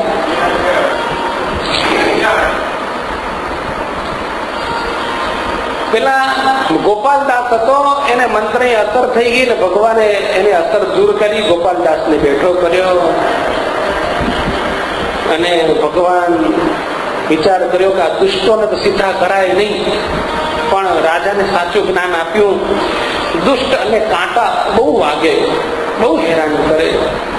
કાંટામાં તો પછી ચંપલ પહેરી તો કાંટાને જીતાય, પણ દુષ્ટને જીતવા કઈ રીતે? એનો ત્યાગ કરીને એને જીતી લેવા, એનો ત્યાગ જ કરી દેવો. ભગવાન ત્યાંથી ચાલી નીકળ્યા છે. સિદ્ધ વલ્લભ રાજાને સાચું જ્ઞાન આપીને ભગવાન ત્યાંથી ચાલતા ચાલતા ચાતુર્માસ વીતી ગયો છે. કેટલાય સિદ્ધો ભગવાનના આશ્રિત બની ગયા હતા, ભગવાનની સાથે ફરતા હતા. ઘણા બધા સિદ્ધો એમને એમ થઈ ગયું, અમુક સિદ્ધો ભગવાનના શરણે પણ આવી ગયા. કે આ વર્ણિત જેવા કોઈ નથી. ખરેખર મહાન સમર્થ મૂર્તિ પરમાત્મા સ્વયં છે. એટલે જોડે જોડે ફરતા હતા. આવા બધા સિદ્ધોનો સંગ લઈને ભગવાન વનમાં વિચરણ કરતા કરતા કામાક્ષી આવ્યા છે, આસામની અંદર. તો ત્યાં આગળ તિબેટ નામનો મોટો તાંત્રિક રહેતો હતો. અને તિબેટ બધાને કાયમ કહેતો, હું એક જ સાચો સિદ્ધ છું, બાકી બધા જ ખોટા છે. ભગવાન કામાક્ષી માં આવ્યા અને ગામની બહાર ઉતારો કર્યો ઝાડ નીચે સિદ્ધોના સંઘ સાથે. અને ત્યાં આગળ તિબેટ આવ્યો અને ખબર પડી કે મોટા કોઈ સિદ્ધ કહેવાતા આવ્યા છે, તો ચાલ એમને મારો આશ્રિત બનાવી દઉં, મારી શરણમાં લઈ લઉં. એટલે તિબેટ પોતાના માણસોને લઈને આવ્યો છે, મલિન વેશ ધારીને આવ્યો છે. વિચિત્ર ટીલા ને ટપકા ને એવા માળાઓ ધારણ કરીને આવ્યો છે. વિકૃત વેશ ધારણ કરેલો છે. લાલ લીલા પીળા બધા ટપકાઓ લગાયેલા છે. એવી ખરાબ માળાઓ ધારણ કરેલી છે. એવી ખરાબ દ્રવ્યો શરીર ઉપર ધારણ કરેલા છે. સાથે કેટલા સ્ત્રી પુરુષોને લઈને આવેલો છે. મોટું ટોળું છે. વિવેક હાકોટો માર્યો, ચાલો અત્યારે બધા જ તમે મારા શરણે આવી જાઓ અને કંઠી માળ અને જનોઈનો ત્યાગ કરીને મારા ચેલાઓ બની જાઓ. જો નહીં બનો તો હું તમને જોઈ લઈશ. સિદ્ધો ગભરાઈ ગયા અને વર્ણીને કહે છે, અમે જાણીએ છીએ આ વિવેક તો બહુ ખરાબ છે, બહુ ખતરનાક છે. જલ્દી કંઠી માળાઓ ત્યાગ કરીને એમના આશ્રિત થઈ જઈએ આપણે. અમને અનુભવ છે. આ વિવેક તો બહુ ખરેખર. ભગવાન કહે શાંતિ રાખો, પેલા મને કંઠીનો ત્યાગ કરાવે, પછી તમે બધા કંઠી છોડજો. ઉતાવળ ના કરો. શા માટે ગભરાવો છો તમે? મારે ગભરાવાની કોઈ જરૂર નથી. તિબેટ એટલે કયા ખેતરનો મૂળો છે? એની પાસે કઈ તાકાત છે? શું કરી લેવાનો છે આપણું? એને જે કરવું હોય તે ભલે કરે, કઈ વાત નથી. તિબેટને ભગવાને કીધું, તારે જે કરવું હોય તે કર, કઈ વાંધો નહીં, તારા બધા જ પ્રયોગો કરો. ભગવાને શાંતિથી કીધું. બિલકુલ ડર્યા વગર નિર્ભય. મહાપુરુષોને ભગવાન તો હંમેશા નિર્ભય હોય છે અને બધાને નિર્ભયતા અભય આપે છે. કઈ વાંધો નહીં. હે તિબેટ, તું તારા બધા પ્રયોગ કર, વાંધો નહીં. અમે તમાશો જોવા જ આવ્યા છીએ. તારો ખેલ બતાવ, ચાલુ કર નાટક. અને તિબેટે ચાલુ કર્યું. અડદ મંત્રીને એમણે ઝાડ ઉપર નાખ્યા. જોત જોતામાં ઝાડ લીલું છમ સુકાઈ ગયું, ઢગલો થઈ ગયો. બસ આટલી વાર લાગશે તમને ભોય ભેગા કરતા. મારા શરણે આવી જાઓ, નહીતર હું કોઈને છોડવાનું નથી. અને એ વખતે વિવેકે મંત્રો ભણ્યા. પોતાના જેટલા મંત્ર તંત્ર હતા બધાનો પ્રયોગ કર્યો. ભગવાનનો દ્રોહ કરવા માટે વિવિધ ઉપાયો અજમાવ્યા. ભગવાનને મારવા માટે કાળ ભૈરવ મોકલ્યો, પણ કાળ ભૈરવ પણ ભગવાનને પગે લાગીને પાછો વળી. ભગવાનને મારવા મહાકાળીને મોકલી, એ પણ પ્રભુને પગે લાગીને પાછી વળી ગઈ. હનુમાનજીના વીરોને મોકલ્યા, બધા જ પાછા વળ્યા. કેટલી શક્તિઓ મોકલી, એ બધા જ પાછા હટી ગયા. ભગવાનનો વાળ વાંકો નથી થયો. વિવેક વિચારમાં પડી ગયો, ક્યારે પણ હું પાછો ન પડું, મને કોઈ હટાવી ન શકે. મારા મંત્રો અતિ પ્રભાવશાળી, મેં બધા દેવોને સિદ્ધ કર્યા, સાધ્યા છે, અને આજે એમ પાછો કેમ પડું છું? મારી શક્તિ કેમ પાછી પડી? આ કોઈ મોટા સિદ્ધ લાગે છે, આ કોઈ મહાન ભગવાન લાગે છે, પરમાત્મા સ્વયંભૂ લાગે છે. વળી પાછો વિચાર આવ્યો, સીધું મોકલાવ્યું ભગવાન માટે. લાવો ત્યારે અમને સીધું આપું. ભગવાનને જમવા માટે સીધું આપ્યું છે. ભગવાને એનું જમ્યા. પાછો સદબુદ્ધિ આવી થોડી. આ તો સાક્ષાત ભગવાન એવું લાગે છે, ભૂલ થઈ ગઈ લાગે છે, આવું કોઈ દી બને નહીં. વળી પાછો રાત્રે કુબુદ્ધિ આવી અને કાળ ભૈરવને બોલાયો. શક્તિને બોલાય કે સાલું અહીં પાછો કેમ પડું છું? કાળ ભૈરવે ભગવાનની આજ્ઞા અનુસાર એમને ઉપદેશ આપ્યો કે વિવેક, આ કોઈ સામાન્ય નથી, આ તો સાક્ષાત ભગવાન છે. પાછો વળી જા, આના પગ પકડી લે, તારો ઉદ્ધાર થઈ જશે. તારું બધું મૂકી દે, ડાપણ મેલા મંત્રો મૂકી દે, આ તારો વેશ મૂકી દે, આ તારા ટીલા ટપકા ને માળાઓ બધી મૂકીને એના શરણમાં પડ, એના ચરણમાં જા, તારું કલ્યાણ થઈ શકે. તારો દુરાચાર ને પાખંડ છોડ. આ સાક્ષાત પ્રભુ આયા છે. વિવેકની પત્ની બહુ જ બુદ્ધિશાળી હતી ને એને વિવેકને સમજાવ્યો કે ના, સાચી વાત છે પતિદેવ, તમે આ ભગવાનના પગ પકડી લો, એના ચરણ પકડો. ત્યારે વિવેક ભગવાનના શરણમાં આવ્યો અને કે છે, હું આજથી તમારા શરણે છું, મને તમારી કંઠી પહેરાવો, મને તમારો આશ્રિત કરો. ત્યારે ભગવાને પોતાનો આશ્રિત બનાવી દીધો અને મલિન મંત્ર તંત્ર અને દેવતાઓનો ત્યાગ કરીને સાત્વિક ભગવાનનો ઉપાસક બની ગયો અને સાત્વિક ચિહ્નો ધારણ કર્યા અને એની મલિનતા, એની ક્રૂરતા બધી જતી રહી. મોઢા ઉપર સાત્વિક ભાવ આવી ગયો અને એમને ભગવાનની સ્તુતિ કરી. ગદ ગદ સ્વરે ઉચરત ગિરાતિ પ્રીતિ અંતર મે ગરી.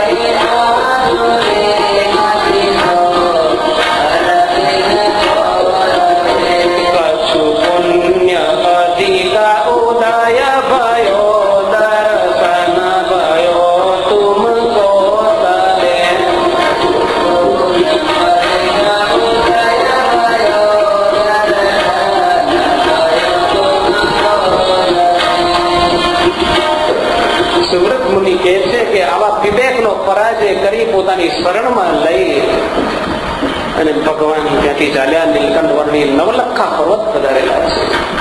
પૃથ્વી પરથી પાખંડ અને દંભનો નાશ કરવા ભગવાનનું આ વિચરણ, એકાંતિક ધર્મની સ્થાપના કરવા માટે ભગવાનનો એક પ્રયત્ન.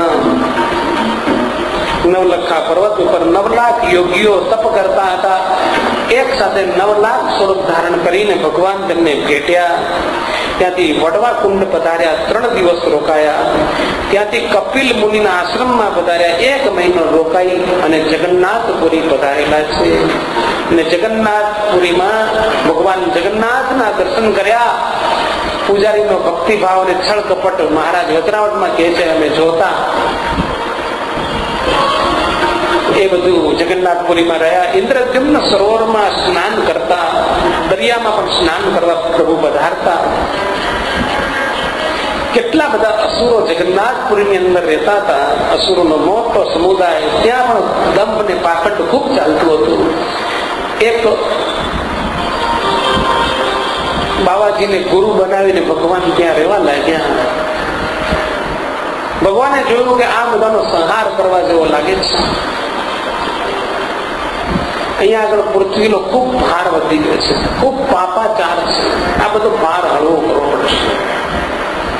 અને ભગવાનની ઈચ્છાથી એ બધા અંદરો અંદર લડાઈ ઝઘડા થયા. એમને ભગવાનને નિમિત્ત બનાવીને બાવા કે છે, ગુરુ કે છે, મારો ચેલો કશું કામ નહીં કરે, બીજો ચેલો કે અહીં રહેવો કામ કરવું પડશે. અંદરો અંદર એમાંથી ટંટો થયો, લડાઈ ઝઘડો થયો ને એમાંથી હથિયારો ઉલડ્યા. કાપા કાપી, ત્રિશૂળ, તલવાર કે જે મળ્યું તે એનાથી રોજે રોજ કેટલાનો નરસંહાર થયો છે. એટલે ભયંકર નરસંહારમાં જગન્નાથપુરીની અંદર 10,000 જેટલા અસુરો કપાઈ મુવા પરસ્પર એવી રીતે લડાવીને સંહાર કરાવી જગન્નાથપુરીની અંદર ભગવાન જગન્નાથનું દર્શન કરી ભગવાન પૂરા 10 મહિના જગન્નાથમાં રોકાયેલા છે. ખૂબ પ્રસાદી બનાવી છે. એ તીર્થને અતિ પાવન કર્યું છે. અને ત્યાંથી ભગવાન જગન્નાથથી સત્રધર્મા રાજાની પ્રાર્થનાથી માનસ પત્તન પધારેલા છે. માનસ પત્તન એટલે મદ્રાસ બતાવે છે. પ્રસાદીનું ભૂમિ છે મદ્રાસ. મદ્રાસ થી ભગવાન આગળ ચાલ્યા. રામેશ્વરના માર્ગે ચાલતા ચાલતા સેવક રામ મળ્યો છે.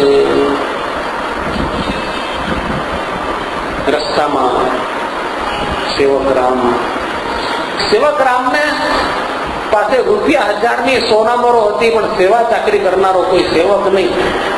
નામ સેવક રામ, પણ બીજાના કોઈ સેવક નહોતો. અને લોહીખંડ પેટ બેસણું, ભયંકર રોગ થયેલો. પેટમાં કઈ ટકે જ નહીં, બધું નીકળી જાય. ભયંકર ઝાડા. અને ભગવાને જોયું કે બિચારો કણસે છે, દુઃખી થાય છે. પ્રભુએ પોતાની યાત્રા સંભાવી લીધી અને સેવક રામની સેવા કરવા લાગ્યા. અને કેળના પત્તા કાપી લાવીને એક હાથ ઊંચી પથારી કરીને એના પર સુવડાયો. વારે વારે બગડી જાય એને નવી નવા પત્તા લાવીને સુવડાવતા, ચાકરી કરતા, એના કપડા ધોતા. સેવક રામને મહારાજે બહુ જ સાચવી, બહુ ચાકરી કરી. ભગવાન ચાકરી કરે પછી ક્યાં બધી માંડો રે, સાજો થવા માંડ્યો. ગામમાંથી ભિક્ષા માગી લાવીને એમને ખવડાવતા. સરસ મજાનો હલવા બનાવો, વર્ણી હો હલવા. હલવા એટલે પેલો શીરો, બાપા લોકો હલવા કે. અને કોક દાડો સીધું ના મળે તો પોતાની પોટલી માંથી એક સોનામર કાઢીને આપે કે વર્ણી इसमें से आटा घी सब कुछ लाओ और अच्छा हलवा बना दो. ભગવાન શેર ઘી માંથી હલવો બનાવે, આમ શીરો, અને શેકીને એને ખવડાવે. બહુ અચ્છા હુઆ, બહુ મજા આવી. પેટ ઉપર હાથ મૂકીને કે બહુ બઢિયા હલવા બનાતે હો તુમ તો. અને અવિવેકી એટલો બધો કૃતજ્ઞ, ભગવાન બનાવે ને જે કઈ એ બધું એકલો ખાઈ જાય. એ કોઈ દી એમ ના પૂછે આપકે લીએ ક્યાં કિયા, તમે ખાધું? કોઈ દી ના પૂછે. સેવક રામ બનતા આપણને વાર નથી થતી. ભગવાને આપણને કેટલા સુખી કર્યા છે. ગાડી, બંગલા, રૂપિયા, કેટલી સુખ સગવડ ભગવાને સાહેબી આપી. અને આપણે થાળ બનાવીને ભગવાનને એક થાળ ભગવાનને મૂકતા નથી, જમાડતા નથી. તો આપણામાં સેવક રામમાં બિલકુલ ફેર નથી. ગીતાજીમાં લખ્યું છે ભુંજતે તે ત્વગમ પાપા યો પચંતે આત્મ કારણા. જે પોતાના માટે રાંધે છે પાપને ખાય છે. ભગવાનને તમે થાળ જમાડતા નથી. ઘરમાં બન્યું જે બન્યું હોય જમાડો. ખીચડી કેવળ કેમ ન હોય, ભાખરી શાક હોય, જે હોય તે ભગવાનને જે જમાડી પછી જમે છે એ પ્રસાદ જમે છે. નહીતર મધ્ય માંસ તુલ્ય છે એ ભોજન, એ પાપને ખાય છે. ગીતા ચોખ્ખું કહે છે. આપણામાં સેવક રામમાં કોઈ ફરક નથી. એ આપણે જે કઈ જમીએ છીએ અંદર ભગવાન પચાવે છે, એને જમાડો. સેવક રામની ભગવાને ચાકરી કરી. કેટલાય 2 મહિના સુધી ભગવાને ચાકરી કરી. પેલો સાજો શેર ઘી જમીન પચે એવો થઈ ગયો. એક શેર ઘી જમીન પચાવે એવો જોરદાર અડીખમ. બોલો કેટલું. પેલા તો લોકો ઘી બહુ ખાતા, અત્યારે બધું ઘી ખાવાનું બધું તાકાત ના રહી. એક ચમચી આવો બહુ થઈ ગયું. આ ઘી ખાય એવા કોઠા રહ્યા નહીં હવે. આ તો બધા રસ્ટનના મશીનો, આ જૂના છે ને બધા ધોળા વાળ વાળા બધા રસ્ટન મશીનો, આખોથી અંદર પાણી ખેંચ્યા કરે. આમ ખેતરમાં રસ્ટન મશીન આવતા ને એ થાકે નહીં. અત્યારે તો ભાંગ્યું તો ભરું જ. 2 લાડવા તો અત્યારે ભાંગી નાખે. અને આ જુવાનિયા તો અડધો ના ખાય. બોલો. અને આપણે તો ભાંગ્યું તો ભરું જ. સવારે ખાતા હોય તો બીજા સાંજે 2 ખાઈ જાય. હે દાદા ખોટું કઉ છું? શીરો તો બહુ ગમે, અને સેવડી તો લહક અંદર ઉતરી જાય. ઓહો બોલો. સેવડી તો બહુ ભાવે ગળપણમાં. મજા આવી જાય. પણ ભગવાનને ભૂલી જાય. સેવક રામ સાજો થઈ ગયો, એનો મણ એકનો ભાર. ભગવાન કે અમે ભાર અમે રૂમાલ રાખતા નહીં, પણ અમારી પાસે ભાર ઉપડાવતો અને વજન ઉચકીને અમે ચાલતા. પણ એ કૃતજ્ઞ કોઈ દી અમને એમ ના કહ્યું કે તમે જમો, તમારા માટે કઈ બનાવ્યું, અમારામાં આમાંથી કઈ તમે બી જમો. અને લેવા દેવા વગર ભગવાન પાસે વજન ઉચકાવો તો પછી ભગવાને જોયું પાકો કૃતજ્ઞ છે. અને એક દાડો એમને ત્યાગ કરીને પ્રભુ ચાલી નીકળ્યા છે. સેવક રામ યાદ રાખજો, સુરત મુનિએ કથા સંભળાવી સેવક રામને અને કહે છે કે આપણે સેવક રામ બની ના જવાય. આપણે સેવક રામ બનવાનું નથી, પણ આપણે રામના સેવક બનવાનું છે. રામ સેવક બનવાનું છે. સેવક રામ ઉલટાવી દો, રામ સેવક બનવાનું છે. રામને સેવક બનાવવાના નથી. યાદ રાખજો, કથા બહુ સુંદર છે. સુરત મુનિ પ્રતાપસિંહ રાજાને સુંદર મજાની કથા સંભળાવી. ભગવાનના વન વિચરણની કથા અતિ સુંદર. પ્રભુ લોજ ગામે પધારી અને ગુરુની પાસે જશે, ગુરુની પાસે દીક્ષા લઈ અને નવું નામ ધારણ કરશે. બહુ સુંદર કથા આપણે આવતીકાલની કથા પ્રસંગમાં સાંભળીશું. સ્વામી નારાયણ